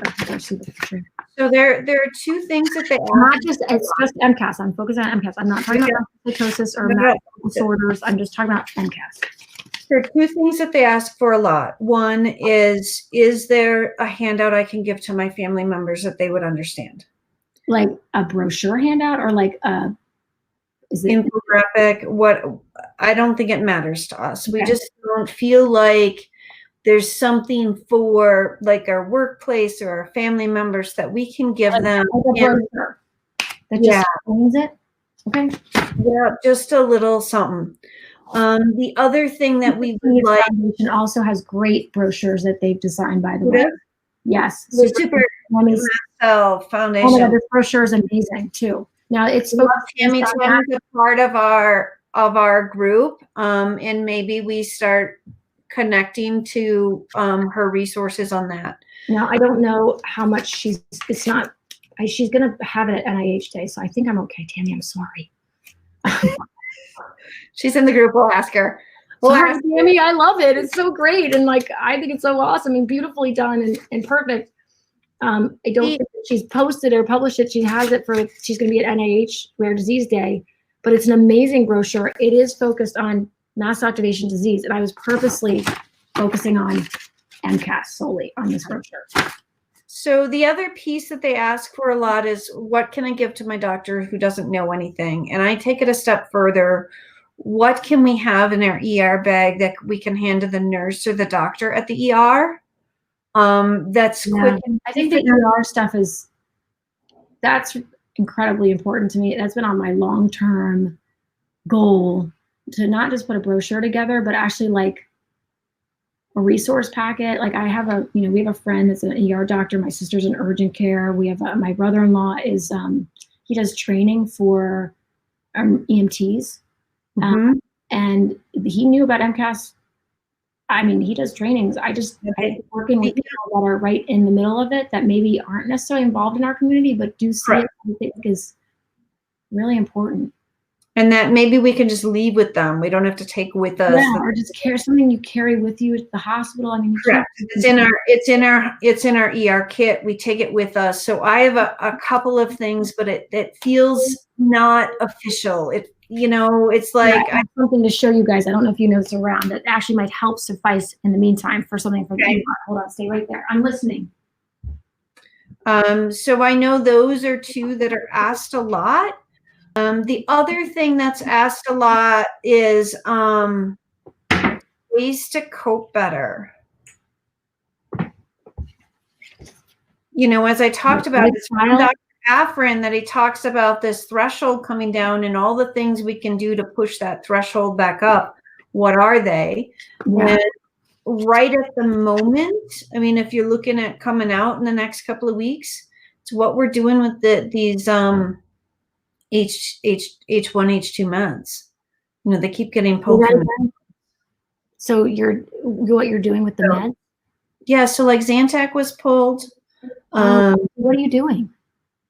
So a lot of people then went to Pepcid, and now Pepcid is in short supply. And they're not sure that they're going to right that ship in the next few weeks or few months. So like, what are our next options? Like, where do we go? And if we're not coping or we have, reactions to that one or two other choices, what are we doing? How do we manage this?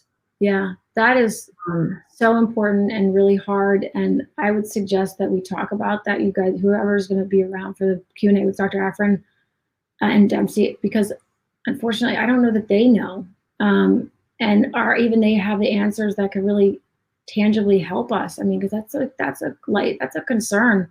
It's far more than. It's a big concern, especially right now for people that are in Canada, because all of Zantac was pulled off the shelves, and now Pepcid, you can't find it. Why did they pull Pepcid? For the same reason? No, Pepcid's in short supply. So you had all these people that went from Zantac to Pepcid, and then there are other reasons why there's short supply of Pepcid, and I don't take them every day. I was just yelled at that I need to be taking my chromium sodium. That's the one I need to take. But, so I haven't followed it. We also don't have, talk about sensory. We don't have any like home phones or doorbells or TVs in our house. So I don't have cable. I don't like a lot of noise. So I don't really follow a whole lot of news, except what I might see in the Apple News feed or might see on the feed. But it was so stressful. It is stressful. I have changed to from Nature-Throid to NP Thyroid for my thyroid medication when the hurricane hit Puerto Rico, and now with the coronavirus, I think our community is doing really well, like understanding what the realistic threats are to us. Yeah. But our masks are in short supply. Yeah, we can't get masks. We can't get our Cambridge masks. We can't, because everybody in the world is now buying masks. Yeah, it's funny because I don't really even know that information. I know that in my family's chat thread, my nephews are going crazy. But that's about the extent that I know about it. But I know, like, trying to be, I get very scared. So this is where my weakness is, and I just I don't want anybody. It is real. So, and I wish that was easily put on a brochure to always be available, but it's so much more complicated. And I think we should talk about it with Afrin. Maybe they'll have more information then. And I would like to see more education and information about anaphylaxis. In terms of what? Stages, recognition, understanding all of the above. Stream, in terms of how it starts? Yeah, all of the above. First of all, we have a number of members that don't think they go into anaphylaxis because they don't get hives. Hives? Mm-hmm. Okay. I had an ER doctor that was questioning whether I was in anaphylaxis because I get a little flushed. I don't get a lot of skin presentation with anaphylaxis. Okay. But as soon as they hooked me up to like we need to medicate her, right? But I don't know that our community always understands when they are in anaphylaxis, when they do need to go to the ER. So like my ER protocol up till last week was if you epi, go to the ER. If not, then use your rescue meds. And if you're out of rescue meds, then go to the ER.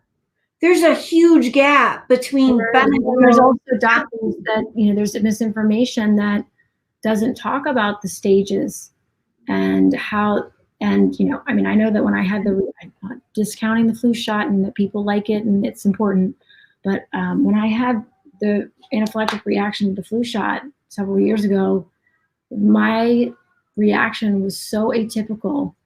Now, I know it was typical in a different way, but it was anaphylaxis in a completely different way. It was very delayed. It was 3 hours later.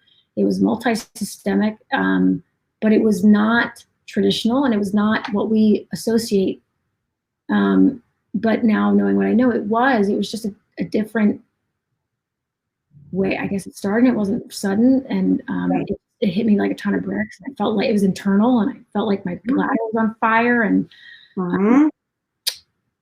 my heart rate got all messed up after that. I dealt with POTS now. I never had to deal with that before, but I mean, I think you're right. I think it's good information. I am confused about what is, I've seen stages, great charts, and then you've got people that say that there is no stages, doctors, and I'm not naming any names, but it seems like the medical community is confused too. They are, because they are not trained enough on it, because even when I've had the last 6 months or so, I've had a lot of conversation with our fire department about anaphylaxis. And they said on the rescues they do, anaphylaxis is not something they see very often. Or maybe if you think about their rescues, they're going for sugar lows and heart attacks and car accidents and slip and falls, and like even the people that are coming to rescue us don't see anaphylaxis very much. So making sure that like even our rescue people understand what to look for and educating them. And in addition to that, the way I see a lot of us with anaphylaxis is a lot like a drowning little kid. I think we expect when a kid drowns that they're flailing around and we are going to notice them drowning, but that's not what happens. No, not always. They sink to the bottom of the pool and they stop breathing. And I think a lot of us with anaphylaxis, we have that internal fire, as you may, but to everybody else, we look fine. And then we sink and that is like fast in terms of what we're taught that it happens, and like it might be fast in our body, but it's not fast and sudden onset like what we've been told. And that's why I was always confused, because to me the stages of anaphylaxis and how it affects the body systems was like very clear. It wasn't like something that you negotiate or even argue, and it was something that was known. So that's it's always one of those things I want to understand, because after I had what I had, I have to carry an EpiPen. I've never had to use it. I probably won't have to, but I carry it because I don't know. And if it does happen again or something happen, it might not be the way that we recognize it. It might be this as I'm told, but I don't. That's where I think we need to talk about that and bring out that information and educate. Well, and when I was in the ER, they knew I was in trouble, and she said, we have choices. We can do a couple of different steroids, which will stop the reaction, or we can do epi. She says there are pluses and minuses. She says, with somebody with MCAS, what do you usually get? I'm like, you're the doctor. Like, you decide. So knowing what might be the right protocol, even for when we get into the ER, to arm those doctors, like here are some of the things that work for us that we can take on that with us. I think it's understanding the validation and clarification of like stages, and that it is real, and what is it, and that it's not always progressive. And I think it's not always progressive to super serious, like what we're associated with. I mean, it's all serious. I don't mean to discount it. I just mean like, this is where I think the cognitive dissonance is in terms of like helping educate. And I think it's very important, because just because somebody seems to be kind of having some symptoms, but they're not progressing super, super fast, like to the nth degree, doesn't mean that they don't need help to stop it. Right? Is basically right. Like, yeah, exactly. And it doesn't mean that we don't need somebody else to watch us. Like, right. I talked to my first responder, who's not a medical professional. He just happened to be in the room. And I said, the next time you see me like that, I need you to treat me like I'm drunk. And if I tell you I'm fine and you don't think I'm fine, then you need to get me help. So now I'm super curious what your symptoms were. Not that I'm putting you on the spot personally. So fine, I don't care. I'll share it. I'm like, what happened? So I was in a meeting and had a reaction to a product that was in that meeting. Yeah. It was in a hotel, so I walked out into the lobby, and by the time I sat down, I had issues engaging with my world. I was so short of breath, and I was very disoriented, and my heart was racing, just like it was coming out of my chest. And there was no doubt in my mind that I was in full anaphylaxis. But my protocol is don't use epi unless you feel like you're going to faint. Now, I didn't feel like I was going to faint, so I started in with the Benadryl. And shortly, I lost track of time. When I say shortly, I don't know if it was 2 minutes or 3 minutes or 10 minutes or an hour. Like, I have no idea. I was tremoring on the left side. I was in full tremors. Now that you mentioned that, I will say that Brian and I both had a clear reaction, and usually it's me. I'm very sensitive to chlorine, but Brian also had it. Like, it was delayed when we got in the car from an indoor water park, and the chlorine, I couldn't even be in there. It was really like I could tell, but it was similar to what you just described. Yeah. And ironically, when we actually left, Brian started having those symptoms. He was driving. It was crazy. I think it was a couple of years ago. I think I even said to him, like, you're kind of having like symptoms. I'm making a joke politely. He may have. Crazy. It was really bothering me. And I opted not to go to the ER because the Benadryl took the edge off the symptoms. It was never quite right, but here's the problem: is the Benadryl then wore off, and by this time when it wore off, I had used like the max Benadryl you're supposed to use in a day, and I had all these GI symptoms now. So you look back at the period of time I was reacting. On Friday, I had lung issues, I had heart issues, I had cognitive issues, and I had GI issues. Yeah. It was that's anaphylaxis. Well, I think I've written all this stuff down, not only for like what's important in a brochure and what else needs to be done in terms of education. I do feel really strongly about the ER stuff too. And that's been like kind of a bigger project I've been really wanting to work on. And I will. I just don't want to, I want to do more than a brochure, but I'm going to show you guys a resource that is available now. And I think that we should talk about this with Dr. Dempsey. Okay. I don't know. I would love to get clarification and also then put something together that helps, you know? Okay. So Dr. Bluestein, who I mentioned, did the dance podcast. Yep. And she's in our community and we love her. And if you're there, I talked about you a lot. Okay. She's on the board of directors for EDS Wellness too, so she's wonderful. So she put together this emergency alert surgery, or anesthesia or surgery alerts, because her specialty by trade is anesthesiologist. So she actually mentions MCAS stuff here. So here, look. I would love to tap at her to do a card like that for us. For just MCAS folks. That's great. Yeah. So, and then she has this stuff like consider Electra. Like this is like just other kind of. Yeah, it's hard. Like there's the camera. Yeah. But, you know, I can send you the links to the podcast, but I also have this on our website in printable like PDF, and you would look at it. And then if you want the hard copies.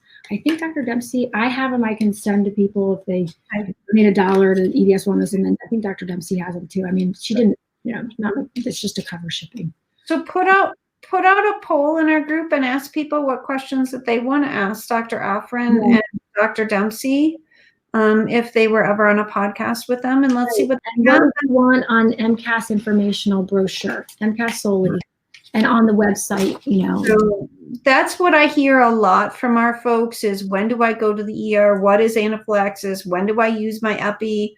I don't have an epi. Like, is that a problem? Am I going to die without my epi? Does anaphylaxis kill us? Like, and how do I communicate that to my doctor? Because I tell you, when I got to the ER on Friday, I was in no condition to be communicating anything to that doctor.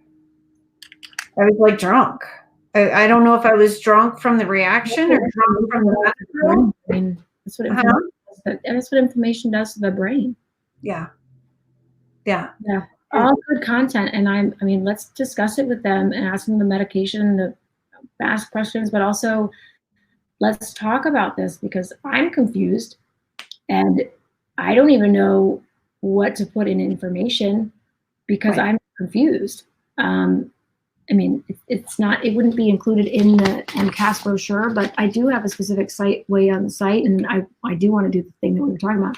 I do the little emergency on the back, but so I would love for the two of them to kind of get in this space. I know they're working on doctor education, and they're doing some really brilliant things like that, but we are a conduit for doctor education for them. Okay, so we give this doctor a brochure. Is there places that they can go to learn more information? Yeah, I agree with that. I encourage them to learn more. So you're talking about like MCAS webinars, professional education? Yeah, I mean, if I go to the ER and I leave this brochure with the doctor and they're curious, they then have to go out to the land of Google or the land of medical journals to begin to decipher where to begin to learn. If we could include in there a couple of like, go here or go there to learn more, I think could be hugely helpful to giving that doctor maybe an advantage before we come in the next time. No, and I appreciate that, because that's exactly what I'm trying to do on the site, and we're going to redo the site, but also like I'm listing, there'll be a page of just, by the way, I don't have sweat marks. This is just the design of the shirt. That it's all good. Design. Oh, good. But a page with just all the podcasts, and a page with all the videos on YouTube, and then also the links to like my webinars that he's done for me. I do have professional education specific ones for Afrin. I also I have no date officially. I am trying to push to do professional education webinars. Good. We're going to hopefully trial it maybe in May, but I have to be able to vet registration and possibly charge if I'm going to be able to offer CMEs. So I have to make sure, if I can find a way to offer CMEs, sometimes that's ultimately my goal.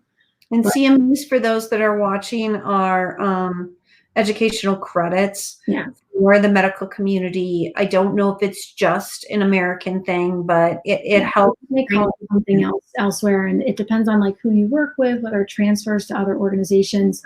Ultimately, I think that anybody who's interested in professional education for MCAS will still be a part of it, but that's just always something I feel strongly about. The Physicians Education Conference I did in 2017, and we were able to have a good partnership with somebody that helped facilitate we had 15 or 16 CMEs, and that's always helpful.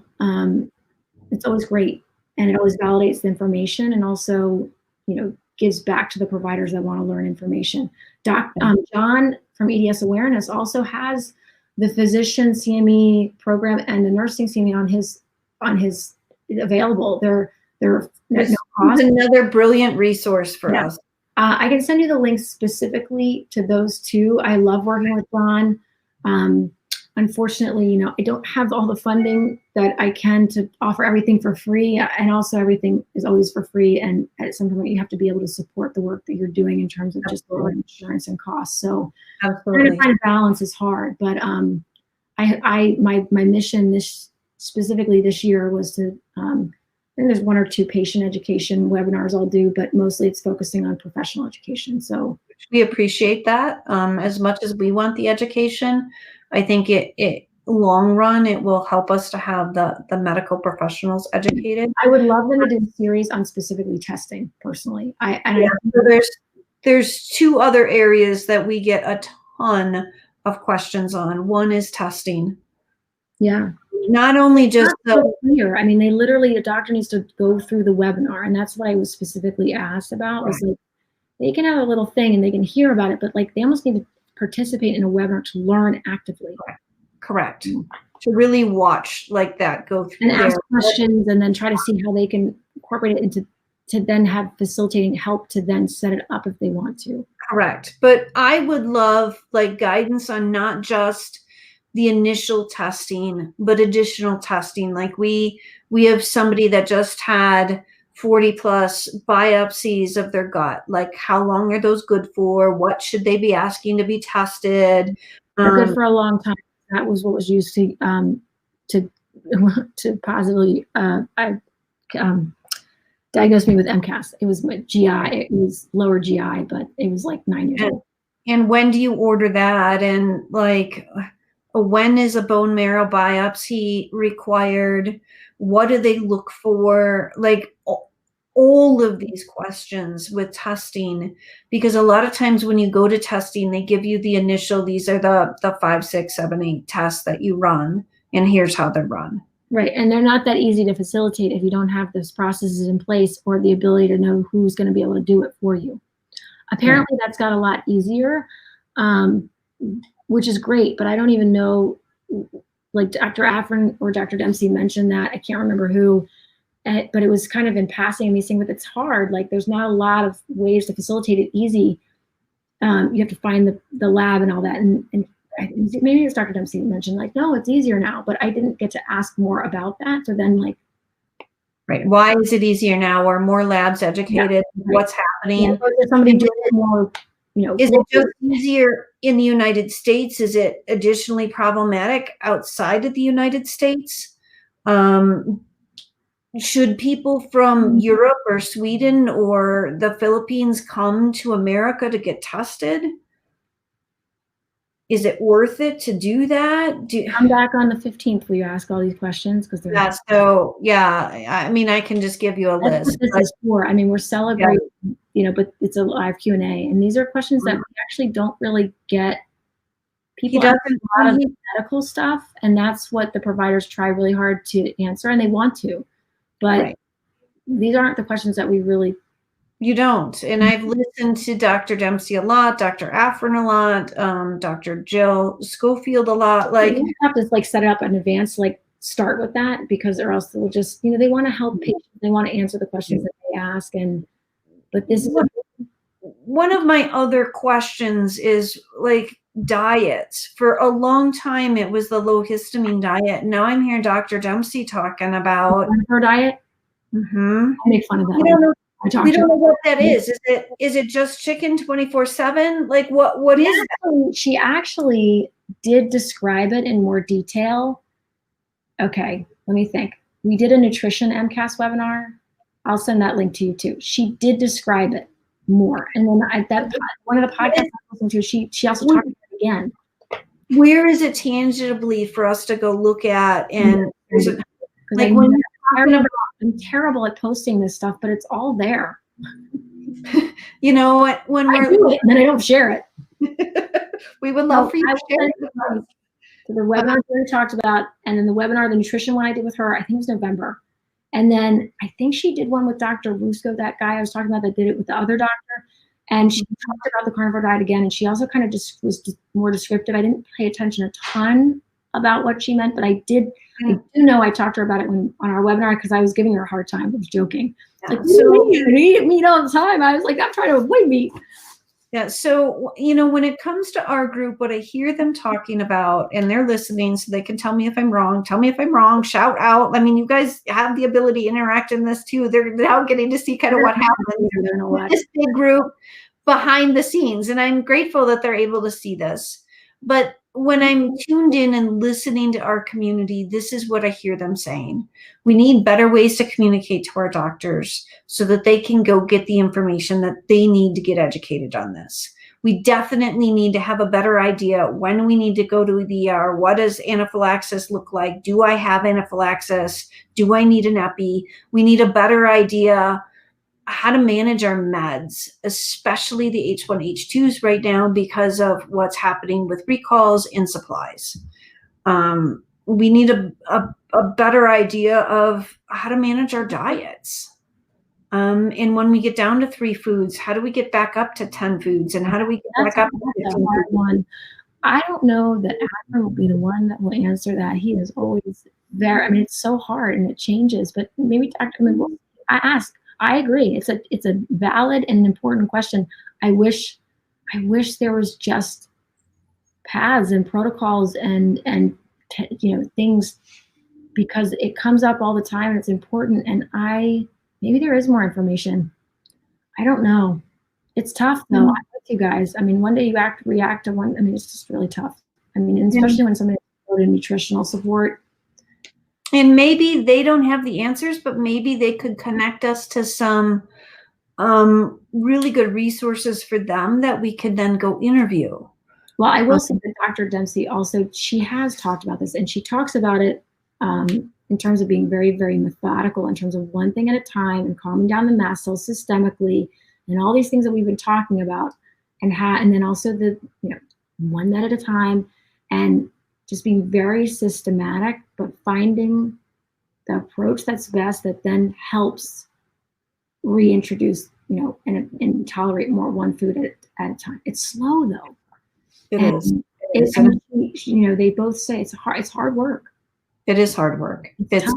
And there's nothing easy about this. I just want to eat all the gator all day long. There's nothing easy about this complex disease, but No.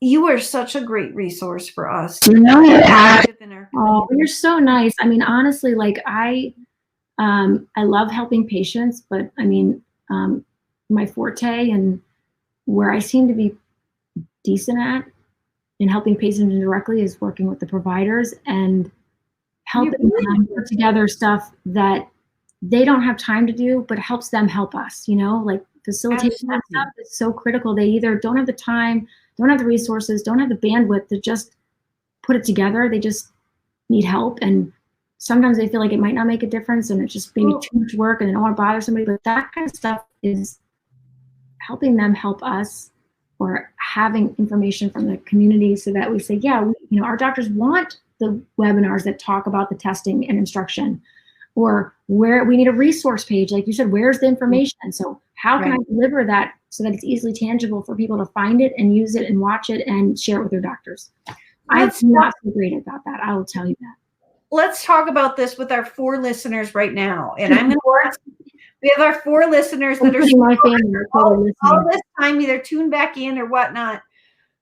We have so many brilliant people in our community, and so many of them are underemployed, and their bandwidths in terms of their health is maybe low, but they have the ability, I think, to come in and do a piece of what you're doing. They have the ability to type up a PDF to give to you so that we can leverage that for our community. Transcription is huge of webinars. Like somebody did offer to help me with that, but that didn't end up coming through. I mean, I was so thrilled to be able to have transcription. So just what our community is beginning to see me do is reach out to them with the Help Us Help You, because I know they have the intelligence. There's so many nurses and medical professionals that are patients in our group that can't work anymore.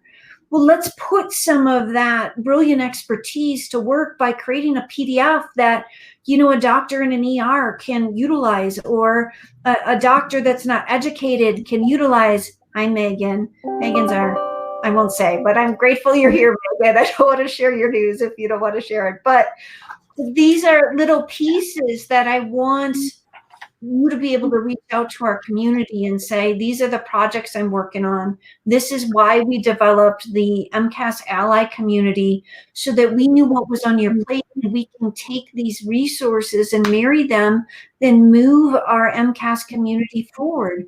But if I don't know what you want to work on, and if they don't know what you want to work on, they're never going to raise their hand and say, I can do this piece of it. Yeah, well, I have to tell you, I already told you that I'm terrible at sharing stuff. I mean, I do it, but my biggest issue is then exactly that, like just the time to just say, hey, I need help.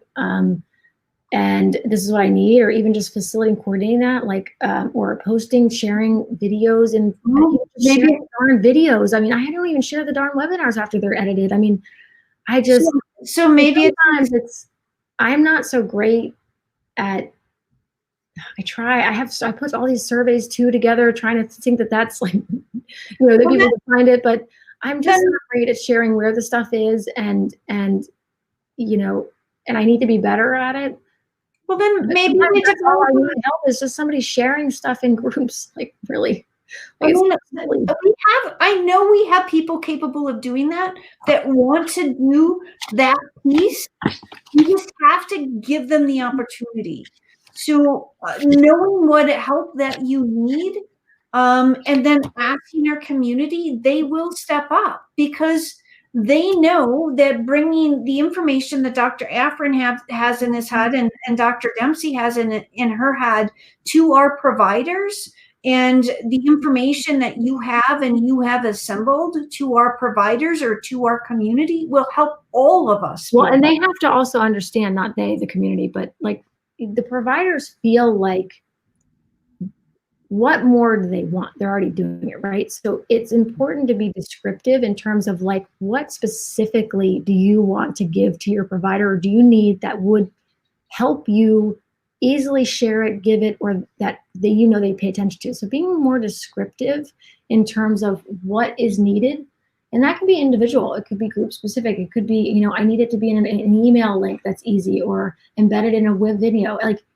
being more descriptive in terms of like how the resources are served up is important. I got to be also very helpful. So I don't know why our community and lots of people have left. So maybe we should come offline. But for those of you that might be watching this on replay, this is some of what we do behind the scenes. We have stopped talking about movement a long time ago to see what we can do to move our communities forward. And this is how we generate ideas, and this is how we push the envelopes, and this is how we do some of these sorts of things. Yeah. So it might take finding the right nurse, or the right medical professional, or the right stay-at-home mom, or the right caregiver that has this inch of time and the capabilities of stepping in. And so maybe we just develop a committee that helps us connect with our allies and is the information conduit. I mean, I also find that, and I find it very easy to facilitate because I'm so used to doing things live, just doing live things, just community forums. I mean, of course, this is very public health, but we can ignore that. What we did, when you work with the community in need, and, before virtual, you would go in, you would, reach the community and ask surveys and what they need in various different ways, phone, mail, showing at the door, but also community forums where they, you get to listen to what they need, because I might think I know what they need to help facilitate a certain health perspective forward. And I'm just being an example, but, I don't fully understand the barriers that they have to achieving that. A prime example was working with, when I was learning about the cycle of poverty, you can give people all the resources to exercise and eat well, but if they don't have a grocery store within walking distance, or a car to get there to another one, there's barriers, nothing but barriers in the way. So it's really important to understand exactly what they need and how it's delivered, if you will, to help their providers help them, and how their providers will pay attention, but also understanding the barriers that they have. Like, we can, Dr. Afrin, I know, would say, or I would say, well, they can Google on YouTube, and there's just nothing but content that's, I think, kind of muddied. There's just so much, everything's free. How do you decipher?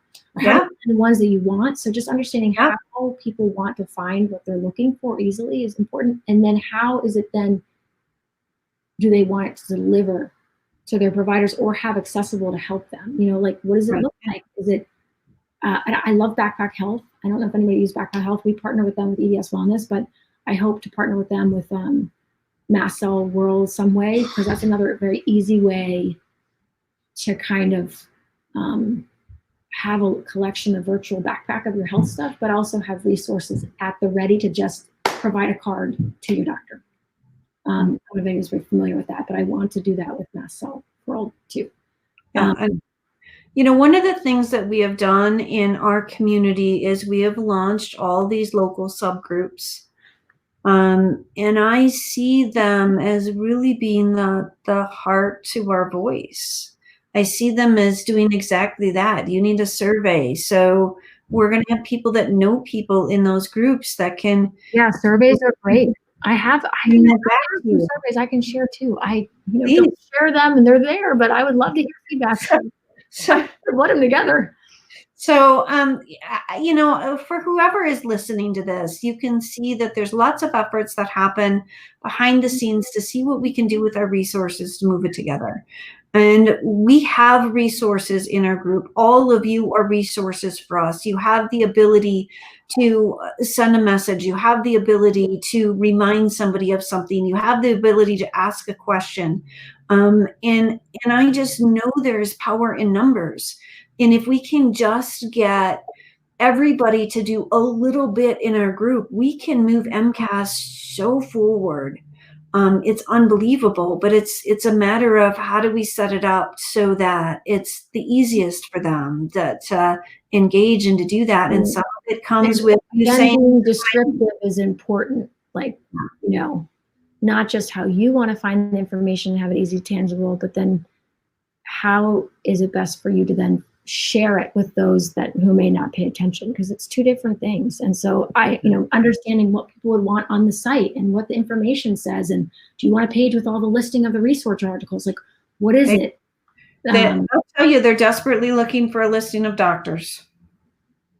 Okay, wait a minute, back up. Not that I'm trying to stay on the phone longer. Don't we have that? Like where? But okay, so that's an issue because that can't be that's kind of a public thing. Like, it can't be public. I know. I always go to Afrin.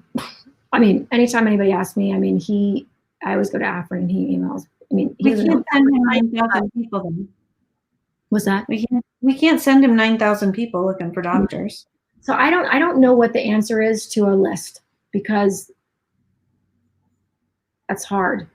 You know what the answer to a list is getting more doctors educated, and then we don't need a list. Yeah, but it's still important and needed and easily, like if you're finding a support group. But EDS Society put one together. When I was a volunteer for them, we actually stopped it because it was, there are legalities in terms of insurance and upkeep and making sure that you have permission to share a provider's name publicly, that they want to be on there. You have to resend it every year, and just to be on this list. So a lot of the groups have the private things, but I noticed that the EDS Society has a list on their site now with EDS doctors. I think that, of course, it's more maybe back in the doctor's hand to say, hey, I want to be included on that, versus like patients just adding providers to the list. Because I think that was also, patients can't, they might need a provider that's really helpful, but that doesn't mean the provider wants to be on a public list and help everybody. And I have actually personally run into that, where I've had providers very privately and nicely say, you know what, I'm here, I'm helping my patient, but or they've come to for learning conference, but I don't want to be on a list and I can't take on more. And that's their right and their due diligence, and their to help make sure that their level of care is to the standard that they want. And sometimes that means saying, I don't want to do anymore. Yeah. So I don't think that a lot of people understand you can't just, the provider has to also say, I'm okay being on the list. But then that's also upkeep, like I said. So I would love to put one together. I just don't know. It's hard. It's hard. And I want our people to know it's hard. But, I continue to look at our community, and we have brilliant, intelligent people, underemployed and unemployed people that want to feel more useful, and especially more useful moving the pendulum forward in the mast cell community. And there are a bazillion ways they can do it. We just need to continue to let them know there are a bazillion ways to do it. Oh yeah, I got it. My cousin wanted to intern with me, and I was like, really? Okay, because I got a lot of stuff that might drive you crazy because it's just so much. But Yeah. Helping organize documents on a hard drive is like amazingly helpful. Helping share content that, an edited recording is incredibly helpful, because I already just did the work to hold it and then edit it. And I'm like I said, I'm terrible at sharing, but also she was amazing helping me put these silly brochures together. You know how much I've been wanting just to put this together? They're not silly. Let me tell you, we're craving them. They are not silly. Yeah. But it's important, and I know that they're important, but somebody's got to do the work. Yeah. And help me my ball continuously rolling, because then I send it to the providers that look at it, and there's a couple of processes that go with it, and you want it to be good and reputable, and there's checks and balances, and to do things right, that does make a difference for us. It takes coordination and planning and time, but also sometimes just the simplest help. There is, like, what questions do you want to ask Dr. Afrin? Like, what are the most pressing? Exactly. Like I said, okay, what questions do you want to know? What do you want on the MCAS brochure or on an article? And here, I'll give you the survey link. Tell us more. Yeah, absolutely. And we'll run through that. And it helps them formulate, where do they need to educate doctors? What next step can they make that is the most impactful? And when I say educate doctors, again, context matters, because there's already some education going on. So how is it different from what's going on? Is it more local? Is it virtual? Is it, more personal? Like, what is it? Well, maybe it's letting us, John thinks is what I wrote down. Maybe it's letting us know what the education is. Exactly. Because we don't know. One of our members sent me a link to a brilliant education that happened 100 miles from not even 100 miles, 65 miles from my house last year. I had no idea that there was a brilliant conference on MCAS 65 miles from my house. When was that? April 2019. It was a CME course on MCAS. Well, was it their annual group meeting thing that they do? Yeah, they do that. So that's the other thing. You can get there. Anybody can be added who was interested in joining this group. I don't manage it. Like, we don't even know that exists, so we can't even. Super secret underground, but they're doing great. Yes, like, let us. If you don't want us to show up, at least let us know it existed, so we can share. We can share that with our providers. Yeah, I agree. I just laugh at that. I just think it's funny. And the other thing is we don't know this training is going on, so we assume it's just not happening, which is not. It's.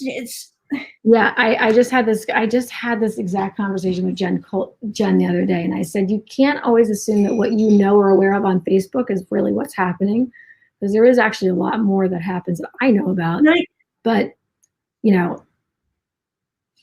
I think it would be hugely reassuring to our community to know that the great efforts that are happening to train these doctors, that piece that I heard that there was 6 or 8 or 9 hours of training at the Allergy Association conference last year was a huge piece of information for me.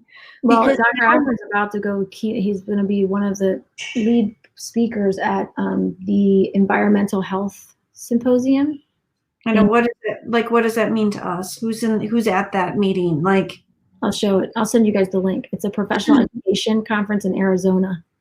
So those pieces of information, knowing where they are interacting with our world, helps us engage with our world. And that's hard, because honestly, like I don't even know, and they're so busy, and they get, it's not their responsibility to tell us everything, or even me, as a teacher, right? No, it's not. But I do agree with you, and I've even said to Dr. Afrin, like, just even knowing that he's, going to this conference and people are interested in books, like, if I know ahead of time, like, I can help facilitate it. But, it also goes hand just helping me, share if I can. But, he's just so busy. There's so much that goes on that we're just not aware of. That's all great. I see a little bit of it. But even me just trying to hey, like, what's going on? I can tell you this just personally, and it's nothing private. We're having the webinar, like I told you guys, on the 15th. We're working on the professional education sometime in May. I do want to hold a 1-day MCAS professional education conference that would be streamed. We talked about it wouldn't be until after like October sometime and only on the weekend, but that's because he's so booked up. He's booked. He's traveling all over the world. 20, like, and then he still has a caseload, and he's still writing journals, and he's still doing this and printing my content that I keep telling him. And you know what? He's not the only doctor doing this. No, and Dr. Deb, and they give their time willingly and happily. And they will do it for providers. They'll do it for anybody. They are so great. They'll do it for us. All the, we're speaking about them, but we have many doctors in our collective community that are just willing to just help in any way possible. Sometimes we just need to understand how to help them help us best. Yes. And, also get more information from patients that says, hey, this is what I'm looking for that's different than what's there. Correct. And I think I've watched enough of Dr. Atherin's and some of and clearly Dr. Dempsey's, but some of the other leading doctors to go, why don't they ever talk about this? Why don't they take this a little bit deeper? This is what this is what our group is asking for. And if we need to be that conduit for them, then let's start being that conduit. Yeah, or sometimes it could also be a planning up front of like a live Q&A and just saying, like, instead of just going with the questions that come on, like that's why we started doing the topic with Dempsey. But still, like they just generally want to help and answer everybody's question. That even if we plan something like that, it has to be kind of very constructed because they want to handle the questions there and thoroughly and appropriately. So maybe like some of the things that we could do is, if like a month out, you've got something coming up, we could do a survey and then we could go through that. I don't know what I already got surveys done. I'm going to send them to you, just like the we could Dr. Bluestein, who's in the group we just talked about. I mean, she's doing a ton of stuff on like dance and hypermobility. She's very knowledgeable at MCAS. Like she's also like doing great things. Like things are happening, and it's just unfortunately they're really super busy, and it's not necessarily our right or their responsibility to tell us, right? No, that's not. But there's some way to kind of have more of an idea of what's going on. But I just continue for the last several months believe that we have this incredible source of people power that is just underutilized. Well, I'm ready for the people power to help me. So then, that's where the allies group started. And I want that to be a more of an interactive, like, this is what I got going on. This is what I need help with. Here's where I need to go. Like, do you have anybody that can do X, Y, Z? And Tammy also, here's the other thing, like Tammy has Tammy with Super T's. Tammy Neuron, who runs Super T's. And I'm only separating it because she's MCAS specific and I have, a nonprofit, but in EDS, but I'm saying like there are nonprofits that are funded correctly, not funded because they're struggling, but that are, sticking the, we've been around hanging out and we would love help. I mean, and I look at Tammy, like I look at me, I mean, she's just trying to get by every day. She lost her daughter. She still works. She's doing all this stuff. And sometimes it's just so hard to just say, hey, I need help. Like, and then sometimes when you do have help, people would get really overwhelmed that it's how much work you're doing. And sometimes it's so hard to just even explain. So sometimes just remember there are organizations, smaller ones that, are great vehicles too, that are doing great work that we might not even know about, that love to help support. Right. And it can be really simple things like, going and finding a link of something and sending it to somebody. Yeah, or putting some document together with, readily accessible resources to share in an email and putting it on a Google Drive, organizing a Pinterest account. You know how much important Pinterest is for sharing information? You don't have to manage and be on Pinterest all the time, but Pinterest is the #1 vehicle for like tentacles. Yeah. So you could have things automatically sharing. Yeah. So on board, and that is so important because you don't even see it; just spreads. Yeah. So I think what you're doing is giving me ideas how to use our Macro Community Allies or our MCAS Allies group differently. And really just putting a regular thing out there, like what is it granularly wise you need help with this week? Yeah. What is it granularly wise you need help with this quarter? What is the big thing you've got on your agenda that you'd like And to let me tell you, have resources? awareness is helpful, but awareness only goes so far. It's not. What did somebody say to me yesterday? Oh, it was the environmental conference symposium when I was talking to them. They were saying that they've been very specific. They're not a nonprofit, but they're strictly professional provider, professional education. And of course, I love that. And I was just curious on like what nonprofits they're working on and all this stuff. And she was interesting. She said, you know, we've been very specific in terms of like who we're working with, because we don't want just awareness. We want, what did she say? And our group is it was so important, because this is where I think a downfall is for a lot of, you know, patients who mean well, and also organizations. And this is also was a big thing for me in terms of like the mission and vision and business plan for EDS Wellness was anything you do is basically awareness, right? But if your sole mission is awareness, there's no facilitation and action behind it. Right. It doesn't transfer to action. That's what she said. She said, right, we need something in action. And I was like, that's very interesting, because it should all go together, but that's where a lot of mistakes lie. Awareness doesn't necessarily transfer to action that makes change. It's just like behavior change, and you want to go work out. Like, you can have awareness, it's important, but if you don't have the like steps and then the action to do it and facilitate it, it's not going to happen. And this is part of the reason why our group is focused on education and educational discussions, because we believe that this interaction with human beings, and the eagles that are flying off my roof, the interaction with you got eagles, I got turkey vultures. I'll keep the eagles, thank you. So from a movement discussion to a complete business MCAS marketing education conference. Welcome to our world. But you know, our goal here is to get the education so that people make differences in their lives and the lives of those with MCAS. Well, that is, so they can actually take action in the way that. Correct. And so that's why when people post in our group and people communicate in our group, we want it to be where it makes a difference in somebody's life. And if it's not taking that level, then we're not sure it is time well spent.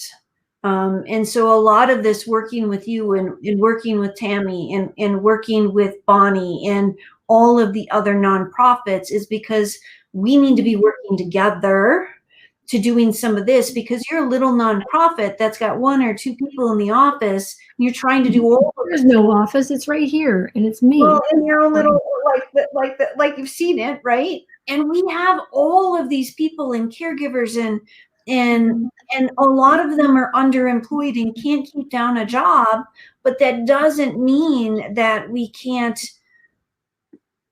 work together to use the resources they have, which might be time and talent and education. Yeah. No, I just talked to Tammy about that same thing. I always love collaborating. I mean, I don't see why people have to suffer alone and work alone. We're all, well, and I can't. I mean, when you have to actually, like, you know, support a family or find another way, or yeah, I can't turn solely to this anymore. I have to focus elsewhere to get my health back, and yeah. You know, I'm really hoping that our group begins to lead this charge, that if everybody does a little bit, we can make such a huge difference. Yeah. Are you working? Is Maria? Hi, Maria, if you're there. I know he put you guys in. I love you both. Do you see Maria? You guys are close, right? You're close in proximity. She's on the other side of the mountains. So we live in the same state. Colorado. That's all I know.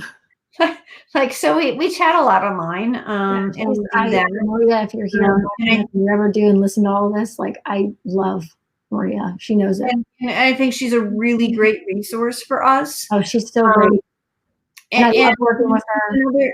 She's another piece to the puzzle. It's just her. And she's my friend Liz. I have to tell you, Liz is also my back behind the scenes saving grace, who keeps me sane and actually gets me like content ready.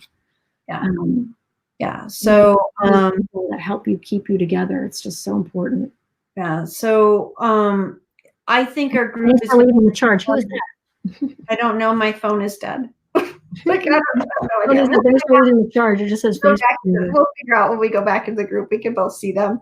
But our group is going to continue to hear me offer up opportunities. And what I really want them to know is we know you're sick.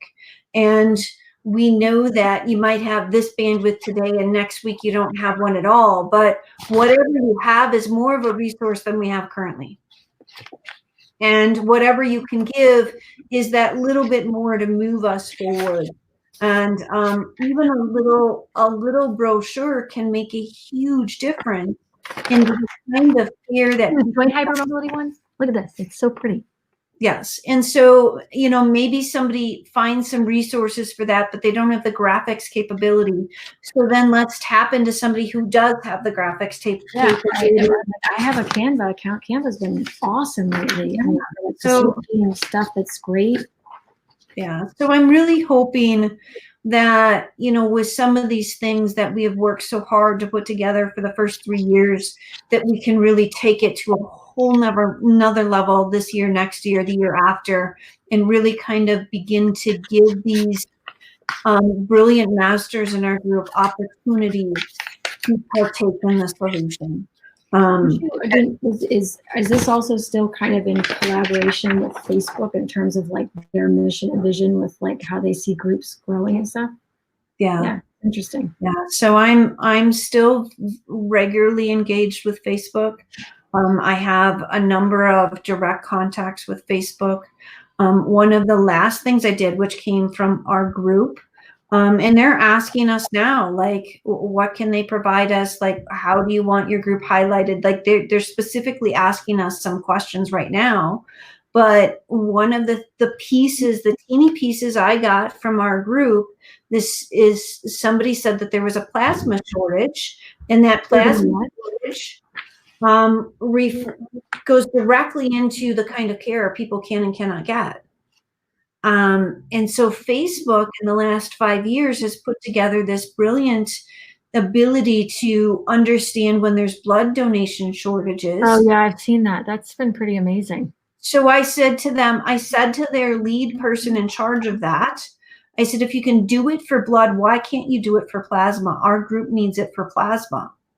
And they said, well, I don't know why we couldn't do that. So they are actively working on getting people on a plasma donation list. So when we're short on plasma, that Facebook can send out the information to those folks that can then go out and donate. And we can all be a part of that. So this ability to tie into even Facebook so that Facebook does their little part.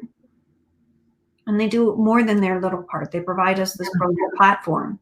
But they're constantly asking us what they can do to change that platform to make it work better for us. Well, that's great. Well, that's also important to know, to understand like what's happening, because that's not a world that I understand and involved in, nor could be. I have a couple groups, but it's good, and I'm happy to see that too.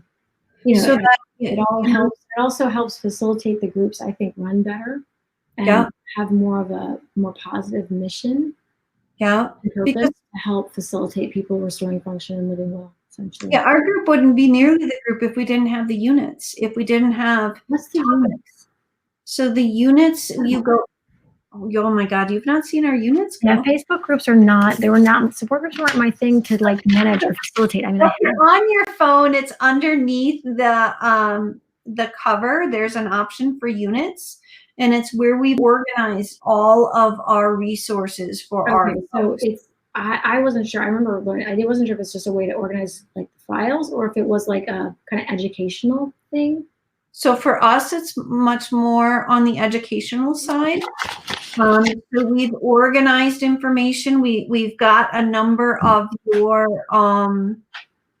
webinars that are in there. So we'll share them to our group, and then we will file them in essentially our file system underneath that specific topic or underneath that specific. Well, that's great. I mean, it's devil's advocate for me is always like, you're running this, you're very professional. Of course, we're on live in the group, and I'm just curious. Like, you're a very professional person. You've got this other stuff going on and all this stuff. Like, why so much invested interest and energy into something that, like, obviously it helps the community, but is not on like your website? You know what I mean? So that's why it's good to know strategically what's happening. So also, because it's all about having the community it is, but you're a very smart business person too, in terms of like how to facilitate things. Some of how I run this community came directly from education from Facebook. And when I was at Facebook, thanks to this community, what I learned is there's power in numbers. And not just having people, but having people engaged and having people educated and having people do their share. You look at what some of these other communities are doing and the changes they're able to make for people is unbelievable. And it can't come without the power of the community. And so I'm just doing my little bit to create power. It's very interesting for me as somebody that was, again, not my mission, and I don't plan on taking it on, but to understand what's going on, so that I can just help support, do these things or whatever best, so that I understand like what, so I support the efforts. So maybe what I need to be doing is communicating better to the allies, kind of where we're planning to go and how. And why are you choosing the vehicle of a Facebook group to kind of do this very big, kind of bigger organizational type of work? It's great. It's fascinating. It's awesome. I love seeing what you're doing, and you do it very well. And people should learn from it. It's also because of your strength, how it's empowering the people in it and what they're getting out of it from other ones is very important feedback. But also just to understand there's a psychology behind it too, Huge. And that's important. So, one of the reasons is because people come to this group and they feel alone. Like I know I did. I felt like I was the only person on the planet that had EDS and MCAS and POTS. I felt like I was the only one, even though like half my family has it, like whatever. But then, I really do take a look as to what our community and our allies are doing and what's been successful for them and what hasn't been successful for them. The Mastocytosis Society, and I cannot remember their new name, whatever their new name is, they have really tried to stand up local support groups. They've been around for 25 years, and we still only have a small handful of support groups, and they're not very active. And the question is, why is that? Well, why is that? Because the way that the system is laid out for them, they're doing the best they can. So they get it wasn't a big part of their mission. Like this Autonomous Support Network, who also I love them too. Their mission was to put virtual support groups together, and they've done a great job. Right. So, so you get one person in an area that's willing to stand this up. They don't know anybody. They don't have a communication system with them. Then they have to rely on TMS to send out information to people that live in that area who have no relationship with this person to show up to a place that is unknown to them. And just all of these factors don't work. Whereas if you start online, you build those relationships, you build that trust, you can communicate with one another, you can take that offline easier. And that's why Maria also, Maria's also so great at this, and you guys are great. You're both very good at fostering team, and I'm not good at that. That's not my strength, because my strength is in the other stuff, like the events and the content. And so my strength isn't in team building in the way that you guys are very good at it, and you do a great job, and it's very professional, and it's very respectful, and it's very good. People are heard and they're needed, and it's just great. That's why Maria did the online group for the local one to help just facilitate the spread of anything related to the community, but also just stuff for the local group even. We need to figure out how to do this better. I need to figure out how to communicate to you all better where we're going, what our roadmap, but we now have a roadmap, first of all. That's usually the best way. Huh? Like I always tell people, like, I'm not great at this. I'm not great at sharing. I'm not great at, like, I could do it way more. I don't have a lot of help. So I do what I can. And also trying to put up my own barriers. So I'm not always working. That's been a big thing too, is just saying I'm going to pick and choose what I'm doing. And if I'm not sharing and writing it, like I have to put my barriers up in terms of my amount of work. That's going to help. But, so, I think I'm not great at sharing, but I'm also not great at email. I'm terrible at email. But we do have that. We do have that Facebook group. And you're on Facebook enough. Phone and text me or call me directly. Exactly. Yeah. Like, the best. I think we need to open up those communication funnels to know how we can offload something on you and then get you back into your genius and get that moving forward. I'm just so much more efficient with, I don't know if anybody's used Slack. Slack's also a great project communication team. I love Slack. It's fast. It's text message. You can upload documents all right there. Maybe that's where we need to go, is maybe on a different platform. Oh, I love Slack. And now that I know how to use it and what you can integrate, it's great. And it's quick, like text message. That's why I like it. But it doesn't muddy up your text message. So you can choose, like, when you pay attention to it, put your own barriers up, but it's still fast, Yeah. And we're to the point, or I'm to the point where I'm not just patching for tomorrow, where we really do have a, like, where are we going to grow next year? Where's that going to go? How are we interacting with people like you? Where can our voice be? Like, we do have a team now working on this, on our roadmap, so that we can better communicate and better collaborate with organizations. Are you actively working with the MCAS nonprofit? I'm assuming you're friends with everybody, but I just didn't know that, I don't have a direct relationship with one, but we want to be friends with all of them. Yeah, I know. That's what I mean. It's like, it's perfect. It's great because you're not tied. You don't have to deal with the political BS. You can just support everybody. And like I said, everybody needs a little bit of help. Absolutely. Yeah, I am getting a bit of a push to go nonprofit. And I said, no, like, there are things we can do because we are not a nonprofit, and going nonprofit ruins our ability to do them. And I look, the nonprofit thing to me is a title that means more to people who don't understand the business side of it than anything. And it doesn't necessarily help you facilitate the work you're doing. It actually can provide more red tape and less purposeful, but there's so many other ways to do it. And it will. And there's also nonprofit politics that inevitably get involved. And you know what? That really puts a bad taste in your mouth to work that you're just trying to do. I don't want any of it, but I know we have what we have built is hugely helpful to the nonprofit, so that we need to now find a way to make this the most efficient with what you've got and what we've got to help everybody get better quality of life, because that's really what I'm at. Yeah. How do we facilitate what we've built to build it bigger, stronger, and give everybody what they're really craving, which is better quality of life? And it starts with— let's start with the webinar links I was saying, and the surveys that I already have done. Yeah. Yeah. So you and I have been sitting way too long. We need to get moving. Yes, I used to get so much.